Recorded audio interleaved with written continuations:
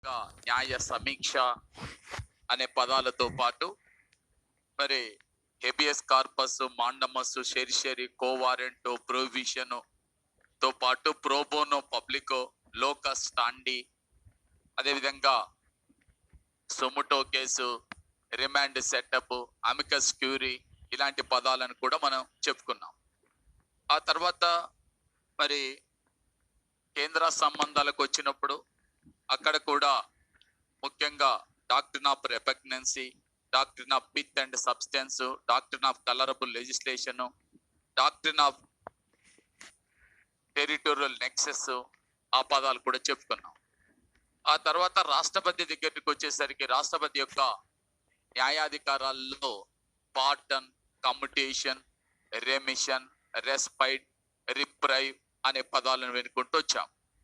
ఇప్పుడు మనకు డైరెక్ట్ గా భారత పార్లమెంట్ లో వినియోగించే పదాలు కావచ్చు, పరిపాలన పరంగా కావచ్చు, న్యాయపరంగా కావచ్చు, రాజకీయ పరంగా కావచ్చు, కొన్ని పదాలని మనం పదే పదే వింటుంటాం.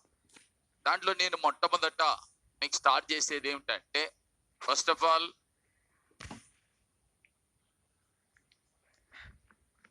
ప్రశ్నోత్తరాల సమయం అంటాం. ప్రశ్నోత్తరాల సమయం. యాక్చువల్గా దీన్ని మనం ఇంగ్లీష్లో క్వశ్చన్ అవర్గా పేర్కొంటున్నాం.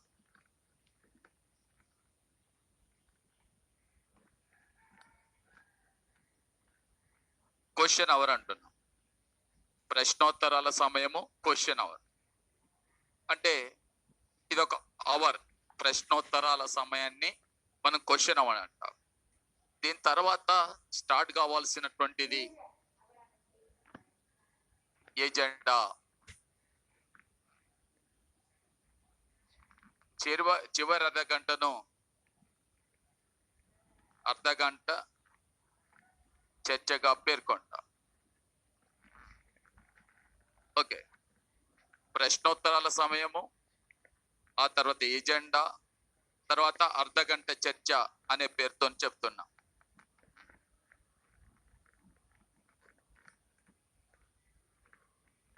అర్ధగంట చర్చ అనే అంశంతో చెప్తున్నాం.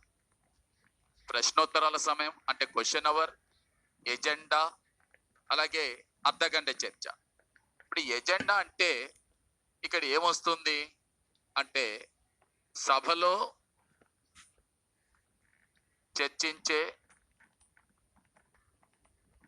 కార్యక్రమాల పట్టికను ఎజెండాగా పేర్కొంటాం. సభలో చర్చించే కార్యక్రమాల పట్టికను ఎజెండాగా పేర్కొంటాం. మీకు పార్లమెంట్ కానీ లేక శాసనసభ కానీ సమావేశం అంటే మార్నింగ్ స్టార్ట్ కాగానే మొదటి గంటని ప్రశ్నోత్తరాల సమయంగా పాటిస్తాం. మొదటి గంట, the first hour is nothing but question hour. మొదటి గంటని ప్రశ్నోత్తరాల సమయంగా పేర్కొంటాం. మొదటి గంట ఫస్ట్ అవర్ ని క్వశ్చన్ అవర్ గా పేర్కొంటాం. ఈ క్వశ్చన్ అవర్ తర్వాత ఏం చేయాలి అంటే ఎజెండాని స్టార్ట్ చేయాలి. క్వశ్చన్ అవర్ తర్వాత వచ్చేది ఎజెండా. ఎజెండా అంటే ఏం చెప్పినాను? సభలో చర్చించాల్సిన కార్యక్రమాల పట్టిక. మనం అందరం అనుకునేటటువంటి విధంగా పార్లమెంట్ సమావేశాలు జరిగేటప్పుడు లేక శాసనసభ సమావేశాలు జరిగేటప్పుడు సమావేశం జరిగే రోజున సభ్యులంతా సభకు హాజరైన తర్వాత అందరు కూర్చున్న తర్వాత అదే టిఫిన్ చేశారా, కాఫీలు తాగారా అని చెప్పి ఆ తర్వాత ఈ రోజు మనం ఏం మాట్లాడాలి అని చర్చించరు. సభ ఎన్ని రోజులు సమావేశం జరుగుతుంది అనేది ముందే డిసైడ్ అవుతుంది. ఇన్ని రోజులు సమావేశం జరుగుతుంది, ఇన్ని రోజుల్లో ఎన్ని బిల్లులు ప్రవేశపెడతాం ముందే డిసైడ్ అవుతుంది. ఏ బిల్లుకి ఏ రోజు కేటాయించినా ముందే డిసైడ్ అవుతుంది. ఆ బిల్లుకి ఎంత సమయం కేటాయించినా ముందే డిసైడ్ అవుతుంది. అదేవిధంగా ఆ బిల్లు కేటాయించిన సమయంలో పాలక పక్షానికి ఎంత టైం కేటాయిస్తున్నాం ముందే డిసైడ్ అయింది. ప్రతిపక్షాలకు ఎంత సమయం కేటాయిస్తున్నాం ముందే డిసైడ్ అయింది. అంటే ప్రతిరోజు పార్లమెంటు సమావేశం జరిగేటప్పుడు ఏ రోజు ఏ టైంలో ఏ అంశంపై ఎంతసేపు చర్చ చేస్తున్నాం, దాంట్లో ప్రతిపక్షాలకు కేటాయించిన టైం ఎంత, పాలక పక్షానికి కేటాయించిన టైం ఎంత, ఇదంతా ముందే డిసైడ్ అయ్యి ఉంటది. ఇది ముందుగానే డిసైడ్ అయి ఉంటది అనమాట. ముందుగా డిసైడ్ అయి ఉంటే దాని ప్రకారం ఆ రోజు కూర్చున్న తర్వాత సభాధిపతి చెప్తాడు, ఈ రోజు ఐటమ్ నెంబర్ 27 ఇది ఫలానా విద్యకు సంబంధించిన అంశం, దీని మీద చర్చ స్టార్ట్ చేయాలి బిల్లు మీద అని చెప్పి అది అన్ని కూడా ముందే డిసైడ్ అయ్యింది. అందుకోసమే సభ సమావేశం కావటానికంటే ముందే ఎజెండాను రూపొందిస్తారు. కాబట్టి ఆ ఎజెండా ప్రకారం సభలో చర్చించాల్సిన కార్యక్రమాల పట్టికను ఎజెండాగా పేర్కొంటాం. అయితే ఈ ప్రశ్నోత్తరాల సమయం తర్వాత ఎజెండా కంటే ముందు, ఈ రెండింటికంటే ముందు వచ్చేటటువంటి అంశాన్ని మనం ఏమంటామంటే 0 అవర్ గా పేర్కొంటాము. ప్రశ్నోత్తరాల సమయం తర్వాత ఎజెండా కంటే ముందు ఈ రెండింటికి మధ్యలో ఉండేటటువంటి అంశాన్ని 0 అవర్ గా పేర్కొంటాము. అంటే చాలా మంది 0 అవర్ అంటే మధ్యాహ్నం 12 నుంచి 1 వరకు 0 అవరా అని కొంతమంది అడుగుతుంటారు. యాక్చువల్ గా 0 అవర్ అంటే అర్థం ఏంటంటే నిర్దిష్ట కాల పరిమితి లేని దానిని 0 అవర్ గా పేర్కొంటాం. 0 వరకు నిర్దిష్ట కాల పరిమితి ఉండదు. అంటే 0 వరకు నిర్దిష్ట కాల పరిమితి ఉండదంటే ఒకసారి అంటే 20 నిమిషాలు కేటాయించవచ్చు, ఒకసారి హాఫ్ అన్ అవర్ రావచ్చు, ఒకసారి 10 నిమిషాలు రావచ్చు, ఒకరోజు అసలు 0 అవర్ ఉండకపోవచ్చు కూడా. ఇది ఏదైనా జరగవచ్చు. కాబట్టి 0 అవర్ అనేటటువంటి దానికి నిర్దిష్ట కాల పరిమితి ఉండదు. ఫస్ట్ థింగ్, నిర్దిష్ట కాల పరిమితి ఉండదు. మరి 0 అవర్లు ఏం చేస్తారు? 0 అవర్లు కూడా ప్రశ్నలే వేస్తారు. 0 అవర్లు కూడా ప్రశ్నలే వేస్తారు. కాకుంటే ప్రశ్నోత్తరాల సమయానికి 0 అవర్కు మధ్యన తేడా అంటే ప్రశ్నోత్తరాల సమయంలోనేమో ముందే నోటీస్ ఇస్తారు. వర్కింగ్ డేస్ 10 నుంచి 20 రోజుల మధ్యన ముందుగానే నోటీస్ ఇవ్వాలి. వర్కింగ్ డేస్ అంటే పార్లమెంట్ సమావేశాలు జరిగేటప్పుడు నువ్వు ప్రశ్నించాలనుకున్న ప్రశ్నకు సంబంధించి క్లియర్ గా 10 to 20 వర్కింగ్ డేస్ ఆ మధ్యలోనే నువ్వు నోటీస్ ఇవ్వాలి సభాధిపతికి. సభాధిపతికి నోటీస్ ఇచ్చిన తర్వాత సభాధిపతి నిర్ణయించిన రోజున ప్రశ్న అడుగుతారు, దానికి సమాధానం వస్తుంది. అలా అంటే సభాధిపతి నిర్ణయించిన రోజున ప్రశ్నలు అడగటం, దానికి సమాధానం చెప్పడం ఏదైతే జరుగుతుందో అది ప్రశ్నోత్తరాల సమయంలో ఉంటది. 0 అవర్లు ఏంటంటే వితౌట్ ప్రేయర్ నోటీస్, ముందస్తు నోటీస్ ఏమీ లేకుండానే ప్రశ్నలు వేస్తారు, దానికి సమాధానం చెప్పాల్సి ఉంటది. సో ఈ రెండింటికి మధ్యన ప్రశ్నోత్తరాల సమయానికి ఎజెండాకు మధ్యన ఉండే టైంని 0 అవర్ గా పేర్కొంటారు. 0 అవర్ అంటే దానికి నిర్దిష్ట కాల పరిమితి ఉండదు, ముందస్తు నోటీస్ లేకుండానే ప్రశ్నలు వేయటానికి అవకాశం ఉంటది. తర్వాత ఈ ప్రశ్నోత్తరాల సమయంలో యాక్చువల్ గా 2 రకాల ప్రశ్నలు ఉంటవి. ఒకటి నక్షత్ర మార్కు గల ప్రశ్నలు,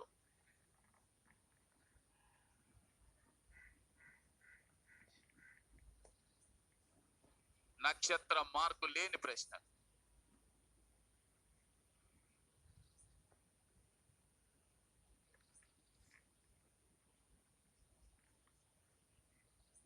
ఇంగ్లీష్ లో వాటిని మనం స్టార్డ్ క్వశ్చన్స్, అన్స్టార్డ్ క్వశ్చన్స్ అంటాం. నక్షత్ర మార్కు గల ప్రశ్నలని స్టార్డ్ క్వశ్చన్స్ అంటాము, నక్షత్ర మార్కు లేని ప్రశ్నలని అన్స్టార్డ్ క్వశ్చన్స్ అంటాం. Starved questions, unstarred questions. Starved questions అంటేనేమో ఇక్కడ మౌఖికంగా సమాధానం చెప్పాల్సి ఉంటది.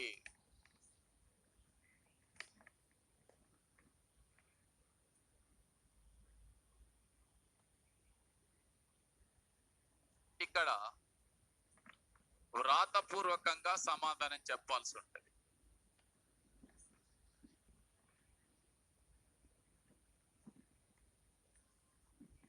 చాలా మందికి వచ్చే డౌట్ ఏంటంటే, ఫస్ట్ చూసినప్పుడు నాకు డౌట్ వచ్చింది, మౌఖికంగా అంటే నోటి ద్వారా అంటే సమాధానం చెప్పటం అనేది మౌఖికంగా సమాధానం, రాతపూర్వకంగా అంటే రిటర్న్ గా ఇస్తాం. ఎవరికైనా మనకు వచ్చే డౌట్ ఏంటి, రాతపూర్వకంగా ఇస్తే ఇంపార్టెంట్ కానీ నోటి మాట ద్వారా చెప్తే ఏమి ఇంపార్టెంట్, ఎవరికి వచ్చే డౌట్ అని నాకు కూడా అలాగే వచ్చింది. అయితే పార్లమెంట్ లో కానీ శాసనసభలో కానీ గుర్తుపెట్టుకోండి, మౌఖికంగా సమాధానం చెప్పటమే ఇంపార్టెంట్. అంటే నోటి మాట ద్వారా మంత్రి సమాధానం చెప్పటమే ఇంపార్టెంట్. ఏది రాతపూర్వకంగా చెప్పిన దానికంటే మనకు మౌఖికంగా సమాధానం చెప్పడం ఇంపార్టెంట్ ఫస్ట్ థింగ్. ఇంకొక అంశం ఏంటంటే ఇందులో 3 అనుబంధ ప్రశ్నలు ఉంటాయి. 3 అనుబంధ ప్రశ్నలు వేస్తారు. అంటే అర్థం ఏంటిది? ఒక సభ్యుడు ముందుగానే సభాధిపతికి నోటీస్ ఇచ్చిన తర్వాత సభాధిపతి ఆ ప్రశ్న ప్రాముఖ్యాన్ని బట్టి అది స్టార్డ్ క్వశ్చన్సా అన్స్టార్డ్ క్వశ్చనా, అంటే నక్షత్ర మార్కు గల ప్రశ్న, నక్షత్ర మార్కు లేని ప్రశ్న. నక్షత్ర మార్కు గల ప్రశ్న అంటే ఇంపార్టెంట్ అయిన ప్రశ్న, నక్షత్ర మార్కు లేని ప్రశ్న అంటే అంత ఇంపార్టెంట్ కాని ప్రశ్నని అంటారు. నక్షత్ర మార్కు గల ప్రశ్నకు మంత్రి మౌఖికంగా సమాధానం చెప్పాలి. నక్షత్ర మార్కు లేని ప్రశ్నకు రాతపూర్వకంగా సమాధానం చెప్తే సరిపోతుంది. నక్షత్ర మార్కు గల ప్రశ్నకు అనుబంధంగా 3 ప్రశ్నలు వేయవచ్చును. అంటే సభ్యుడు ప్రశ్న అడిగిన తర్వాత మంత్రి సమాధానం చెప్పిన తర్వాత ఆ సమాధానంతో సంతృప్తి చెందకపోతే సభ్యుడు మరొక ప్రశ్న వేస్తాడు, దానికి మంత్రి సమాధానం చెప్పాలి. దానికి సంతృప్తి చెందకపోతే సభ్యుడు మరొక ప్రశ్న వేస్తాడు, దానికి సమాధానం చెప్పాలి. దానికి సంతృప్తి చెందకపోతే సభ్యుడు మరో ప్రశ్న వేస్తాడు, మంత్రి సమాధానం. అలా 3 ప్రశ్నలు వేయొచ్చు అనుబంధంగా. సో స్టార్డ్ క్వశ్చన్స్ అనేటటువంటివి ప్రాముఖ్యం కలిగిన ప్రశ్నలు, వాటికి మంత్రి మౌఖికంగా సమాధానం చెప్పాలి. వాటికి అనుబంధంగా 3 ప్రశ్నలు వేయవచ్చును. అయితే ఇక్కడ ఇంకో చిన్న అంశం కూడా ఉంటుంది. అంశం ఏంటంటే నక్షత్ర మార్కు గల ప్రశ్నలకు మంత్రి మౌఖికంగా సమాధానం చెప్పేటప్పుడు ప్రశ్న అడిగే సభ్యుడు ఎవరైతే ఉంటాడో అతని ప్రశ్న, మంత్రి చెప్పే సమాధానం, ఈ 2 కూడా సభా రికార్డులలో నమోదవుతవి. సభా రికార్డులలో నమోదవటం అంటే మళ్ళీ ఆ సమాధానం లిఖితపూర్వకంగా బయటకు వస్తుంది. ఆ సమాధానం లిఖితపూర్వకంగా బయటకు వస్తుంది. అన్ని రికార్డుల్లోనే రికార్డు అవుతుంటాయి. అంటే సభా రికార్డుల్లో రికార్డు అవుతాయి. అది మళ్ళీ రాతపూర్వకంగా ఇన్ రిటర్న్ గా కూడా సమాధానం బయటకు వస్తుంది. అయితే నక్షత్ర మార్కు లేని ప్రశ్నలు ఎట్లుంటదంటే సమాధానం అంత పొడిగా ఉండే సమాధానం. ఎలా అంటే 24వ ప్రశ్న ఎస్ సార్, 32వ ప్రశ్న నో సార్, 46వ ప్రశ్నకు కమిటీ వేశాం సార్, 39వ ప్రశ్నకు రిపోర్ట్ రావాల్సి ఉంటుంది సార్, నేను కూర్చుంటున్నా సార్, అయిపోయింది. మరి మనకేమర్థమవుతుంది ఇలాంటి పొడి సమాధానం చెప్తే? అంటే ప్రశ్న వేసిన సభ్యునికి అర్థమవుతుంది, సమాధానం చెప్పిన మంత్రికి అర్థమవుతుంది. ఒకవేళ ప్రశ్న చదివిన సభాధిపతికి అర్థం, మిగతా వాళ్ళకి ఎవరికి అర్థం కూడా కాదు. అలా ఉంటే సమాధానం రాతపూర్వకంగా వస్తే. ఇన్ రిటర్న్ లో ఉంటే అలా ఉంటే సమాధానం. కానీ మరి మౌఖికంగా సమాధానం చెప్తే సభ్యుడు వేసిన ప్రశ్న చెప్పాలి, దానికి మంత్రి సమాధానం చెప్పాలి. సభ్యుడు మళ్ళీ అనుబంధ ప్రశ్న వేస్తాడు, అది అందరికి ముందరనే వేస్తాడు. మంత్రి అందరి ముందర సభలోనే సమాధానం చెప్తాడు. మళ్ళీ 2వ అనుబంధ ప్రశ్న వేస్తాడు సభ్యుడు, మళ్ళీ మంత్రి సమాధానం చెప్పాల్సి ఉంటుంది. మళ్ళీ సభ్యుడు 3వ అనుబంధ ప్రశ్న వేస్తాడు, మళ్ళీ మంత్రి సమాధానం. ఇదంతా చర్చ రూపంలో జరుగుతుంది. కాబట్టి సభలో చర్చ రూపంలో ఏదైతే జరుగుతుందో దానికి చాలా ఇంపార్టెన్స్ ఉంటది. సభలో చర్చ రూపంలో ఏదైనా జరిగితే that is the most important one. ఎందుకంటే సభలో చర్చ రూపంలో జరిగితేనేమో అందరూ వింటారు ఒకటి, రెండోది అవన్నీ రికార్డుల్లోకి వెళ్తాయి. రికార్డుల్లోకి వెళ్ళి అంటే లిఖితపూర్వకంగా మళ్ళీ నమోదై ఉంటాయి. కాబట్టి దానికి చాలా ఇంపార్టెన్స్ ఉంటుంది. ఇది ప్రశ్నోత్తరాల సమయానికి సంబంధించి. జనరల్ గా పార్లమెంటరీ తరహా ప్రభుత్వంలో పార్లమెంటులో ఈ ప్రశ్నోత్తరాల సమయం అనేది చాలా ఇంపార్టెన్స్ కలిగి ఉంటుంది. ఎందుకంటే ప్రభుత్వాన్ని నిలదీసి ప్రశ్నించడానికి ఈ ప్రశ్నోత్తరాల సమయం చాలా కీలకమైనటువంటిది. ప్రభుత్వాన్ని గుక్కదిప్పుకోకుండా, మంచినీళ్ళు దాక్కుండా ఉక్కిరి బిక్కిరి చేస్తూ రకరకాలైనటువంటి ప్రశ్నలు వేయటానికి ఇక్కడ సభ్యులకు అవకాశం ఉంటది. అయితే ఈ ప్రశ్నోత్తరాల సమయాన్ని సభ్యులు ఎంత సద్వినియోగం చేసుకుంటారు, ప్రభుత్వాన్ని ఎలా నిలదీస్తారు, ప్రభుత్వంలోని లోపాలని ఎలా ఎత్తి చూపుతారు, ఇది చాలా కీలకమైనటువంటి అంశంగా మేము దృష్టి అందించుకోవాలి. ఎందుకంటే మళ్ళీ గుర్తుంచుకోండి, మనం పార్లమెంటరీ విధానాన్ని అనుసరిస్తున్నాం. పార్లమెంటరీ తరహా ప్రభుత్వ విధానం అనేది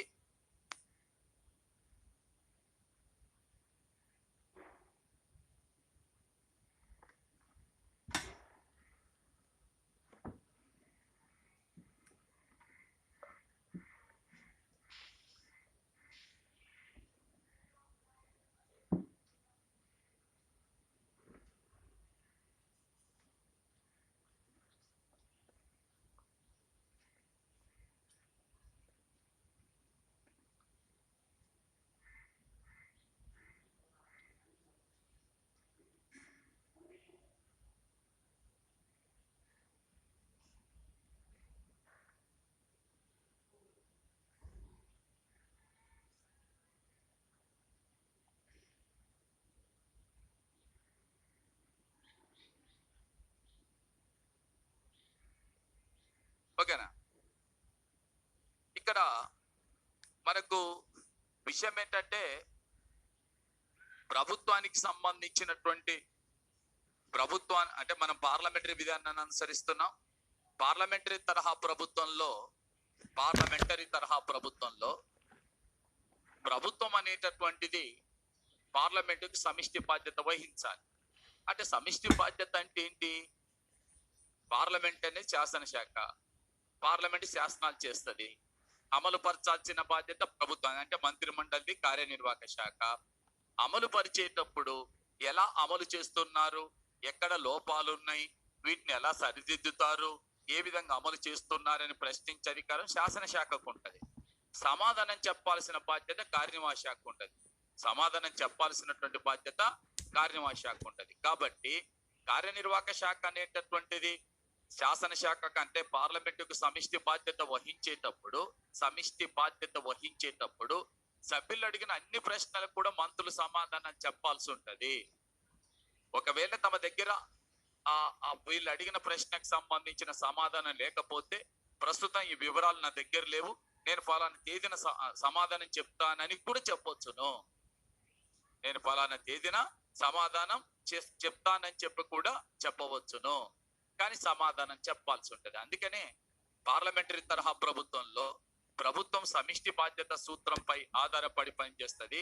కార్యనిర్వాహక శాఖ, మంత్రిమండలి, పార్లమెంటు కనుక శాసనశాఖకు సమిష్టి బాధ్యత వహించాలి. ఆ సమిష్టి బాధ్యత వహించేటప్పుడు అంటే ప్రభుత్వం అనేది పార్లమెంటుకు సమిష్టి బాధ్యత వహించేటప్పుడు సభ్యులు మంత్రులని ప్రశ్నలు వేస్తారు అన్ని అంశాలపైన. వీళ్ళు సమాధానం చెప్పాల్సి ఉంటది. నేను చెప్పను, అవసరం లేదు అని చెప్పటానికి ఉండదు. సమాధానం ఖచ్చితంగా చెప్పాల్సి ఉంటది. ఇది లెక్కనమాట. ఓకేనా? నెక్స్ట్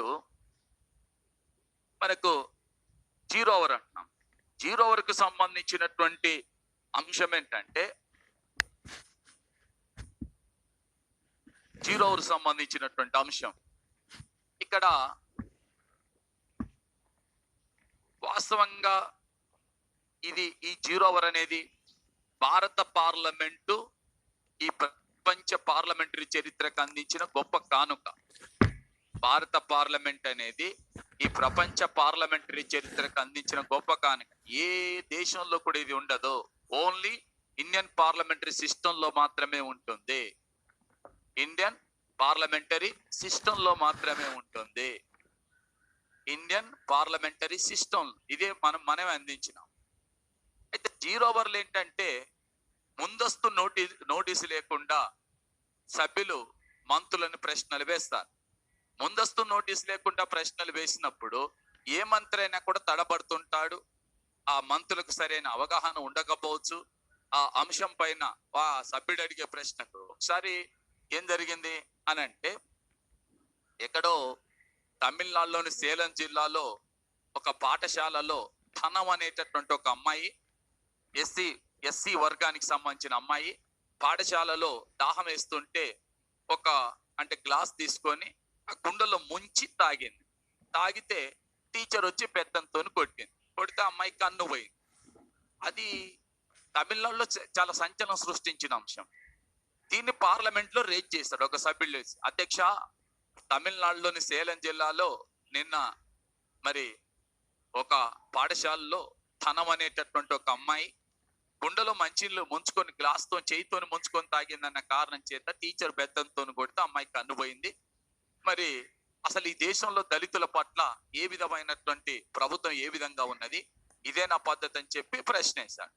ఫస్ట్ ఈ మంత్రికి సమాధానం చెప్పే మంత్రికి తమిళనాడులోని సేలం జిల్లా ఎక్కడ ఉంది, ఆ సేలం జిల్లాలో ఏ స్కూల్లో జరిగింది, అసలు జరిగిన సంగతి ఏంటిది, దాని వల్లనే ఇదంతా వివరాలు తెలిసి ఉండాలి. తెలియకపోతే నువ్వు లేచి ఒట్టిగానే సభలో actually what happened in Tamil Nadu is in Salem district in a school one teacher who beaten up a student, she lost her eye, ఇవన్నీ చెప్పుకుంటూ వచ్చినాను. చెప్తే అందరు నవ్వుకుంటారు. కాబట్టి అంటే అర్థం ఏంటిదంటే you must know the total facts అనమాట. అంటే మంత్రి అలా నిజంగా చెప్పాలంటే ఇక్కడ ఏంటంటే ఇక్కడ ఉరుములు మెరుపులు లేకుండా పిడుగులు పడుతుంటాయి. జనరల్గా పిడుగులు పడేటప్పుడు ఉరుములు మెరుపులు ఉంటవి, దాంతో పిడుగులు పడదు. ఇవి ఇవేవి లేకుండా పిడుగులు పడుతుంటాయి మంత్రుల మీద. కాబట్టి ఇక్కడ మంత్రులు చాలా అలర్ట్ గా ఉండాలి. ఎప్పుడు ఏ మంత్రి మీద ఏ బాంబు పడుతుందో, ఏ పిడుగు వేస్తారో, ఏ సభ్యుడు లేసి ఎలాంటి ప్రశ్న తీసుకొస్తాడో అర్థం కాదండి. కాబట్టి మంత్రులంతా ఎప్పుడు అలర్ట్ గా ఉండాల్సి ఉంటది. అయితే దీనికి నిర్దిష్ట సమయం ఉండదు. కాకుంటే 0 ఓవర్ అంటే మీరు గుర్తుంచుకోవాల్సింది ప్రశ్నోత్తరాల సమయం తర్వాత ఎజెండా తర్వాత ఉంటది. ఎజెండా కంటే ముందు ప్రశ్నోత్తరాల సమయం రెండింటి మధ్యన ఉంటది. దీనికి నిర్దిష్ట కాల పరిమితి ఉండదు. ఇక్కడ వితౌట్ నోటీస్, ముందస్తు నోటీస్ లేకుండానే మనం అంటే ప్రశ్న వేయటానికి అవకాశం ఉంటది. ఇక దాని తర్వాత ఎజెండా అంటున్నాం. ఎజెండా అనేది ముందే చెప్పాను. పార్లమెంటు సమావేశాలు జరగటానికంటే ముందే ఎజెండా అంటే జరగబోయే పార్లమెంటు సమావేశాలలో ఏ విషయాల గురించి చర్చిస్తారో ఆ చర్చించాల్సిన అంశాల పట్టికను ముందే తయారు చేసి సభ్యులందరికీ ఎజెండా ఇస్తారు. దాన్నే ఎజెండా అంటే రాబోయే శాసనసభ సమావేశాల్లో కానీ, రాబోయే పార్లమెంటు సమావేశాల్లో కానీ సభలో చర్చించాల్సిన కార్యక్రమాల పట్టికను ముందే డిసైడ్ చేస్తారు. దాన్నే ఎజెండాగా పేర్కొంటాం. ఇక ఎజెండా తర్వాత లాస్ట్ లో అర్ధగంట చర్చ ఉంటది. ఈ అర్ధగంట చర్చ ఎప్పుడు ఉంటుంది ఇది అని అంటే సాయంత్రం 4:30 గంటల నుంచి తర్వాత 5 గంటల వరకు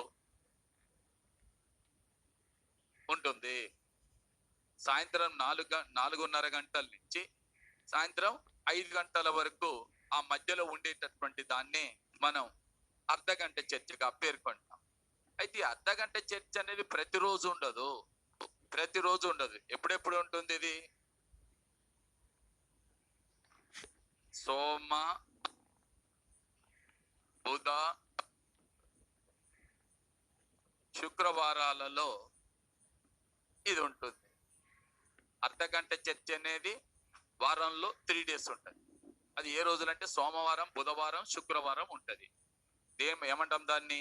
అర్ధగంట చర్చ అంటాం. ఎప్పటి నుంచి ఎప్పటి వరకు అని అంటే 4:30 నుంచి 5 అంటే సమావేశం ముగిసేటటువంటి చివరి అర్ధగంట. సమావేశం ముగిసేటప్పుడు చివరి అరగంటను అర్ధగంట చర్చకు కేటాయిస్తాం. మరి ఇక్కడ ఏముంటది అర్ధగంట చర్చలో అంటే ప్రశ్నోత్తరాల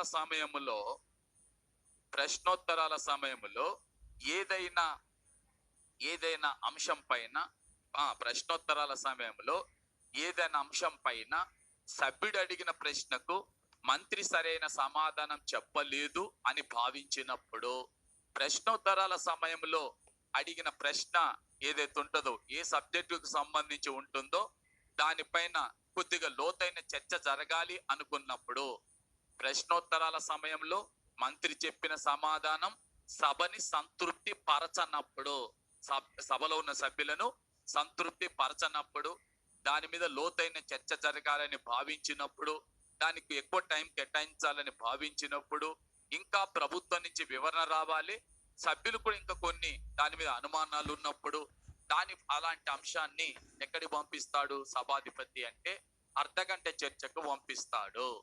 ప్రశ్నోత్తరాల సమయంలో ఇక్కడ జరిగిన చర్చ సరిపోలేదు, దీనిపైన కొంత లోతైన చర్చ జరగాలి, మంత్రి ఇచ్చిన సమాధానం సంతృప్తికరంగా లేదు, సభ్యులకు ఇంకా డౌట్స్ ఉన్నాయి, ఇలాంటి అంశాలు వచ్చినప్పుడు ఆ సందర్భంలో సభాధిపతి ఏం చేస్తాడంటే ఆ అంశాన్ని అర్ధగంట చర్చకు అర్ధగంట చర్చ అనేది ఏదైతుందో దానికి కేటాయిస్తాడు.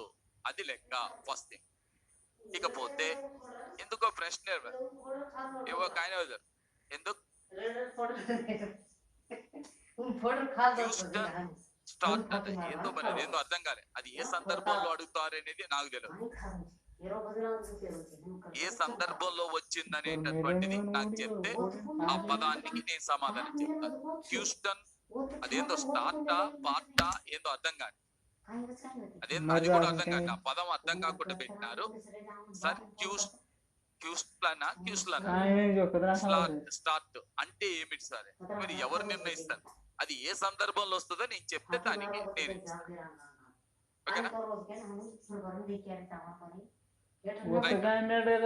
అది సందర్భం ఏంటిది, ఏ సందర్భంలో వస్తుందని చెప్తే నేను దానికి సమాధానం. ఓ పదాన్ని తీసుకొచ్చి ఇదేంటో చెప్పండి, సంబంధించింది నాకు కూడా అర్థం కావాలి కదా. काय म्हणायचं होती काय म्हणायचं నాయన కొట్టుకోవాలి నేను ఆ ప్రశ్న. ఆ క్వశ్చన్ స్టార్డ్ క్వశ్చన్సా అన్స్టార్డ్ క్వశ్చన్సా అనేటటువంటి అంశం ఏదైతే ఉందో దాన్ని సభాధిపతి నిర్ణయిస్తారు. క్వశ్చన్ స్టార్ క్వశ్చనా అన్స్టార్డ్ క్వశ్చన్సా అనేటటువంటి అంశాన్ని ఎవరు నిర్ణయిస్తారంటే సభాధిపతి స్పీకర్ నిర్ణయిస్తారు. అది నాకు నువ్వు ఆయన పెట్టింది అర్థం కాక నాకు నేను ఏంటిదో అది అసలు పదమే విచిత్రంగా ఉంది. అందుకోసం అంటున్నాను. ప్రశ్నోత్తరాల సమయంలో సభ్యుడు ఇచ్చినటువంటి ప్రశ్న నోటీస్ ఏదైతుందో ఆ నోటీస్ చూసిన తర్వాత ఆ సభ్యుడు అడిగే ప్రశ్న ప్రాధాన్యత కలిగిన ప్రశ్న అంటేనేమో దానికి స్టార్డ్ మార్క్ ఇస్తారు. స్టార్డ్ అంటే ఇక మంత్రి సమాధానం చెప్పాలి, సభ్యుడు మళ్ళీ ప్రశ్న వేస్తాడు, మంత్రి మళ్ళీ సమాధానం చెప్పాలి, సభ్యుడు మళ్ళీ ప్రశ్న వేస్తాడు. అలా 3 అనుబంధ ప్రశ్న, ఫస్ట్ ప్రశ్న 3 అనుబంధ ప్రశ్నలు, అంటే 4 సార్లు క్వశ్చన్ అడుగుతాడు. మంత్రి 4 సార్లు సమాధానం చెప్పాల్సి ఉంటుంది. చర్చ జరుగుతుంది. ఒక రకంగా సభలో చర్చ జరగటం చాలా చాలా కీలకం. ఇప్పుడు దీంట్లో ఉంటది నక్షత్ర మార్పు లేని ప్రశ్నల్లో అవును సార్, లేదు సార్, కమిటీ వేసాను సార్, రిపోర్ట్ రావాల్సి ఉంటుంది సార్, చర్చిస్తున్నాను సార్, నిర్ణయం తీసుకోలేదు సార్, తర్వాత చెప్తాను సార్, అయిపోయా. అది ఎవరికి అర్థం కావాలి? క్వశ్చన్ వేసిన వానికి అర్థమవుతుంది, సమాధానం చెప్పిన వానికి అర్థమవుతుంది, అన్న స్పీకర్ చూస్తాడు కాబట్టి ఆయనకు అర్థమవుతుంది. కాబట్టి ఆ అంశం అనేటటువంటిది అంటే అంత ప్రాధాన్యత. మరి చర్చ జరిగితే ప్రాధాన్యత ఉంటుంది. ఓకేనా?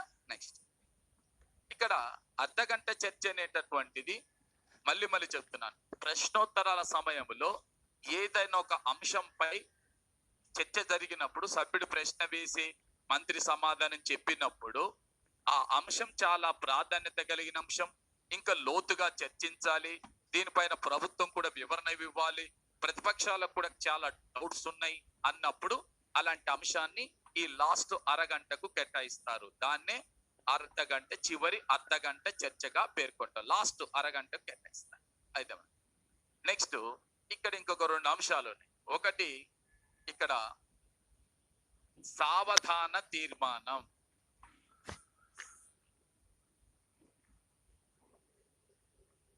రెండవది వాయిదా తీర్మానం. సావధాన తీర్మానం, వాయిదా తీర్మానం, ఇవి కొంచెం అంటే మీరు కూడా ఆలోచించాల్సినటువంటి అవసరం ఉంది. మీరు కూడా ఆలోచించాల్సినటువంటి అవసరం ఏంటిది అంటే సావధాన తీర్మానం, వాయిదా తీర్మానం. ఇంగ్లీషులో సావధాన తీర్మానాన్ని మనం కాలింగ్ అటెన్షన్ మోషన్ అంటాము. Calling attention motion. మోషన్ అంటే ఇక్కడ తీర్మానం ప్రవేశపెట్టేటటువంటి, మోషన్ మూవ్ చేసినామంటే తీర్మానాన్ని మూవ్ చేసామని అర్థం. ఓకేనా? So calling attention motion. ఏమో ఇబ్బంది ఏం లేదు స్వామి, సారీ అని పెట్టాల్సిన అవసరం లేదు. నాకు అర్థం కాలేదు, అది నువ్వు పెట్టింది నాకు అర్థం కాలేదు. ఓకేనా? క్లియర్ అయింది కదా? రైట్. సారీ ఏమంతో అర్థం కాకూడదు. తిక్కల ప్రశ్నలు పెడితే నేను అంటాను ఏమై అట్లా మంచి ప్రశ్న అది, కానీ కాకుండా నాకు అది అర్థం కాలేదు. నువ్వు పెట్టిన తెలుగులో అంతే తప్ప ఏం సారీ ఏం అవసరం లేదు. ఓకే, నువ్వు అడగాలి, నేను చెప్పాలి దానికి. ఇక్కడ సావధాన తీర్మానం, వాయిదా తీర్మానం. సావధాన తీర్మానం అంటే కాలింగ్ అటెన్షన్ మోషన్ అంటే, కాలింగ్ అటెన్షన్ మోషన్ అంటే సావధాన తీర్మానం. సావధాన తీర్మానం అనేది ఎందుకు ప్రవేశపెడతారు, ఎవరు ప్రవేశపెడతారంటే ఒక సభ్యుడు ఏదైనా ఒక క్లాసులో ఏదైనా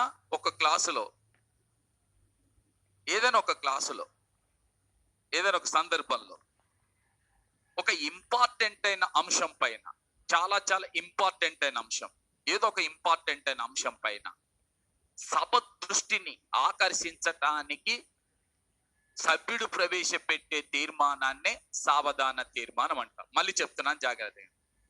ఏదైనా ఒక ఇంపార్టెంట్ అయిన అంశం పైన సభ మొత్తం సభ దృష్టిని ఆకర్షించటానికి సభ్యుడు ప్రవేశపెట్టే తీర్మానాన్నే సావధాన తీర్మానం అంటాం.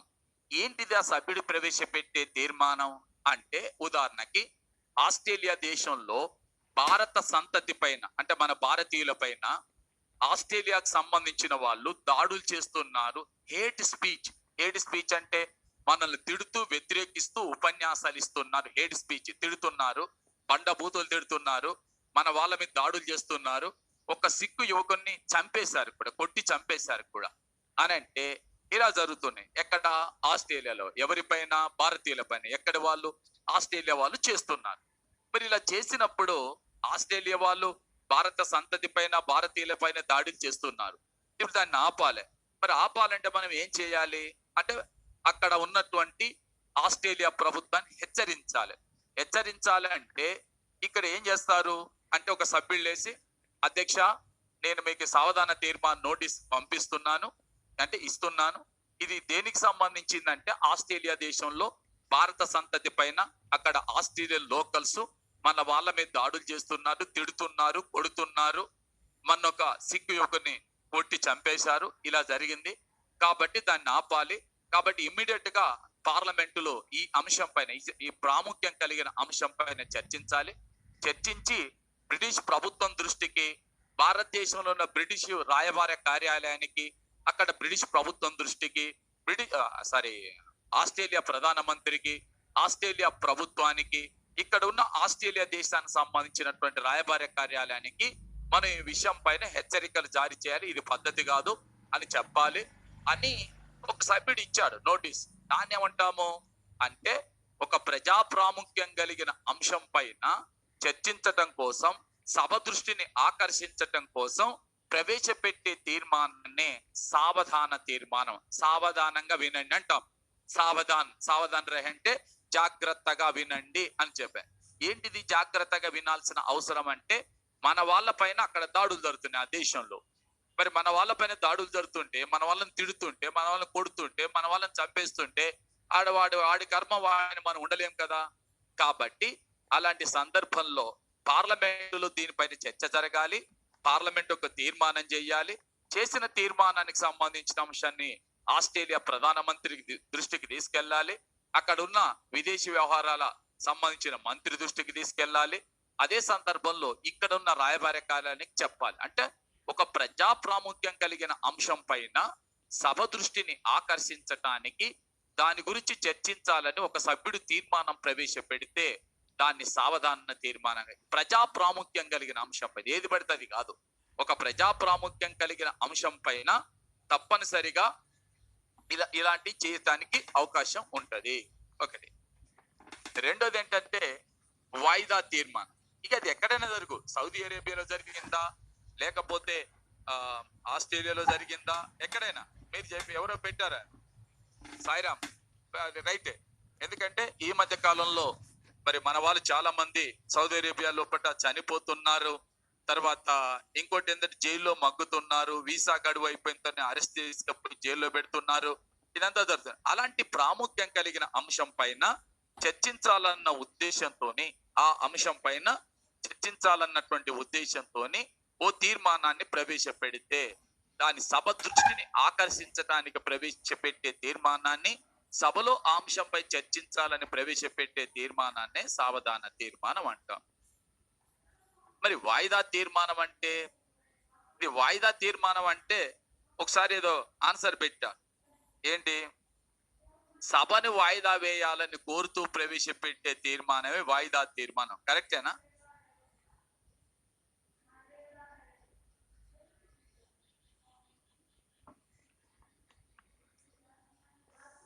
సభను వాయిదా వేయాలని కోరుతూ ప్రవేశపెట్టే తీర్మానాన్నే వాయిదా తీర్మానం. కరెక్టేనా? కాదు. విషయం ఏంటంటే, ఒక నిమిషం, నరేంద్ర మోడీ ఒక అకస్మాత్తుగా రాత్రి 7:45, 8 గంటల ఆ ప్రాంతంలో ఒక నిర్ణయం ప్రకటించినాడు. ఏమని? డిమానిటైజేషన్, నోట్లను రద్దు చేస్తున్నానని ప్రకటించాడు.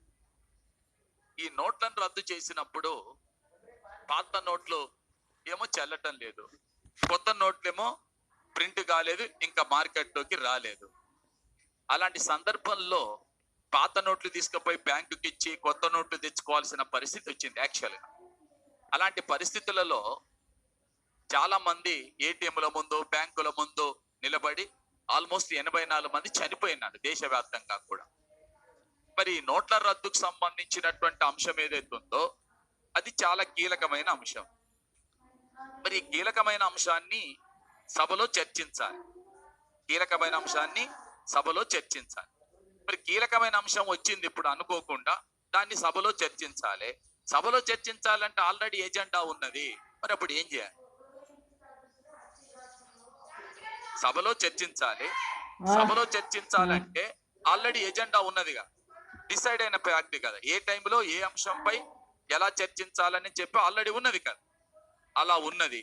కానీ వాయిదా తీర్మానం ఏమని ఇచ్చినాం? సార్ ఇగో ఈ ప్రజా ప్రాముఖ్యం కలిగిన అంశం ఉంది, జనం క్యూలో నిలబడి చనిపోతున్నారు, ఇలాంటి సమస్యలు ఉన్నాయి, ఇది ఫస్ట్ ఇది చర్చిద్దాము అంటే, మరి ఇప్పుడు ఈ ప్రజా ప్రాముఖ్యం కలిగిన అంశాన్ని గురించి చర్చించాలంటే అప్పుడు నువ్వు సభలో జరుగుతున్న కార్యక్రమాలు ఏం చేయాలి? ఎజెండాని ఏం చేయాలి? ఎజెండాని వాయిదా వేయాలి. అంటే ఒక ప్రజా ప్రాముఖ్యం కలిగిన, వినండి, ఒక ప్రజా ప్రాముఖ్యం కలిగిన అంశాన్ని గురించి చర్చించటానికి అప్పటి వరకు సభలో జరుగుతున్న ఎజెండా ఏదైతే ఉందో, సభలో చర్చిస్తున్న కార్యక్రమాలు ఏవైతే ఉన్నాయో వాటిని వాయిదా వేసి ఈ అంశాన్ని చర్చించాలని ప్రవేశపెట్టే తీర్మానమే వాయిదా తీర్మానం. ఒక ప్రజా ప్రాముఖ్యం కలిగిన అంశాన్ని గురించి చర్చించటం కోసం అప్పటి వరకు సభలో జరుగుతున్న కార్యక్రమాలని వాయిదా వేయాలని కోరుతూ ప్రవేశపెట్టే తీర్మానమే వాయిదా తీర్మానం. దీనికి అనుమతిస్తే దీన్ని వాయిదా వేస్తారు. ఈ వాయిదా తీర్మానం ద్వారా ఏ అంశాన్ని అయితే చర్చించాలని ఇస్తామో దాన్ని యాక్సెప్ట్ చేస్తే దీన్ని వాయిదా వేస్తారు.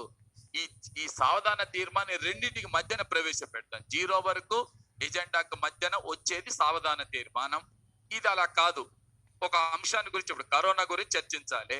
కరోనా గురించి చర్చించాలి కాబట్టి నువ్వు సభలో ఈ అంశాలు ఉన్నవి, మరి డెల్టా ప్లస్ డెల్టా వేరియంట్స్ వస్తున్నాయి, మారుతున్నాయి, టీకాలు, వీటి గురించి చర్చించాలనే అంశం వచ్చింది అనుకోండి, అంటే నువ్వు అప్పటి వరకు వేరే బిల్లుల గురించి చర్చిస్తున్నావు. నువ్వు కొత్తగా ఇప్పుడు వాయిదా తీర్మానం, సార్ ఫస్ట్ అది ఆపండి, ఇది చెప్పండి, ప్రజల ప్రాణాలు పోతున్నాయని ఇచ్చావు. ఇస్తే దీని గురించి చర్చించాలంటే దాన్ని వాయిదా వేయాలి. దాన్ని వాయిదా వేయండి, దీన్ని చర్చించండి అని ప్రవేశపెట్టే తీర్మానాన్నే వాయిదా తీర్మానం అంటాము. కాబట్టి వాయిదా తీర్మానానికి అవకాశం కల్పిస్తే ఎజెండాని నువ్వు తప్పనిసరిగా వాయిదా వేయాల్సి ఉంటది. ఏం చెప్పాను నేను అని అంటే, నువ్వు ఏదన్నా ఒక ప్రజా ప్రాముఖ్యం కలిగిన అంశం గురించి చర్చించాలంటే నువ్వు సభలో జరుగుతున్న కార్యక్రమాలని వాయిదా వేయాల్సి ఉంటది. దీన్ని వాయిదా వేయాలి. వాయిదా వేస్తేనే దాన్ని చర్చించడానికి అవకాశం ఉంటది. ఓకేనా? ఇవి మీకు ఒక రోజులో, అంటే ప్రతి రోజులో కూడా పార్లమెంటు సమావేశాలు కానీ శాసనసభ సమావేశాలు కానీ జరిగేటప్పుడు ఉండే పద్ధతి. మొదటి గంట ప్రశ్నోత్తరాల సమయం, ప్రశ్నోత్తరాల సమయం తర్వాత 0 అవర్ తర్వాత ఎజెండా లాస్ట్ లో అరగంట చర్చ ఉంటది. ఒకవేళ నువ్వు సావధాన తీర్మానానికి వాయిదా తీర్మానానికి అవకాశం ఇస్తే, సావధాన తీర్మానానికి అవకాశం ఇస్తేనే రెండింటికి మధ్యన అవకాశం ఇస్తారు. వాయిదా తీర్మానానికి అవకాశం ఇస్తే దీన్ని వాయిదా వేసి దీనికి అవకాశం కల్పిస్తారు. ఇది మనకు ప్రతిరోజు కూడా పార్లమెంటులో కానీ శాసనసభ సమావేశాలు కానీ జరిగేటప్పుడు అనుసరించేటటువంటి పద్ధతి. The first hour is question hour. After question hour, before agenda, in between these two there will be a 0 hour. 0 hour is nothing but it has no specific time. 0 వరకు ఒక ఖచ్చితమైన స్పెసిఫిక్ టైం ఉండదు. అది 15 నిమిషాలు ఇవ్వచ్చు, 20 నిమిషాలు ఇవ్వచ్చు, 30 పేరు అవరే, కానీ అవర్ ఉండదు. దాదాపుగా 15, 20, 30 నిమిషాల లోపల కంప్లీట్ చేస్తారు. ఒకసారి 5 నిమిషాలు, ఒకసారి 7 నిమిషాలు, అసలు 0 అవరే క్యాన్సిల్ చేస్తారు ఒకసారి. కాబట్టి 0 వరకు నిర్దిష్టమైనటువంటి టైము ఉండదు. ఇది పార్లమెంటు శాసనసభ సమావేశాలు జరిగేటప్పుడు అనుసరించేటటువంటి పద్ధతి. ఫస్ట్ అంశం ఇది. ఇక దీని తర్వాత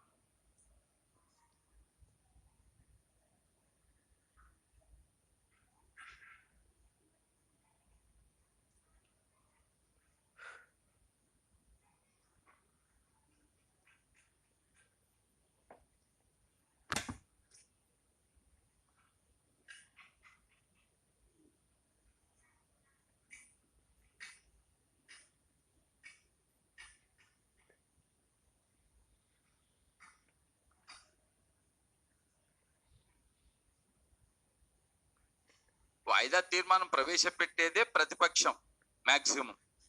పాలకపక్ష సభ్యుడు కూడా ప్రవేశపెట్టవచ్చు, ఎవరైనా ప్రవేశపెట్టవచ్చు. ఏదైనా కీలకమైన అంశం వచ్చినప్పుడు పాలకపక్ష సభ్యుడైనా ప్రవేశపెట్టవచ్చు, ప్రతిపక్ష సభ్యుడైనా ప్రవేశపెట్టవచ్చు, ఎవరైనా ప్రవేశపెట్టవచ్చు. ఇంపార్టెన్స్ ని బట్టి ఉంటుంది స్వామి. అది ఇంపార్టెన్స్ ని బట్టి, ఆ అంశం యొక్క ఇంపార్టెన్స్ ని బట్టి ఉంటుంది. ఎవరైనా ప్రవేశపెట్టదు, దానికి ఇదేం లేదు. వాయిదా తీర్మానం ప్రవేశపెడుతున్నావంటే అదేదో సమాజానికి, ప్రజలకు ప్రజా ప్రాముఖ్యం కలిగి ఉన్నటువంటి అంశం అవుతుంది. ఆ ఇంపార్టెన్స్ కలిగి ఉన్న అంశం అయితేనే దాని అవకాశం కల్పిస్తారు. నెక్స్ట్ ఇక్కడ మీకు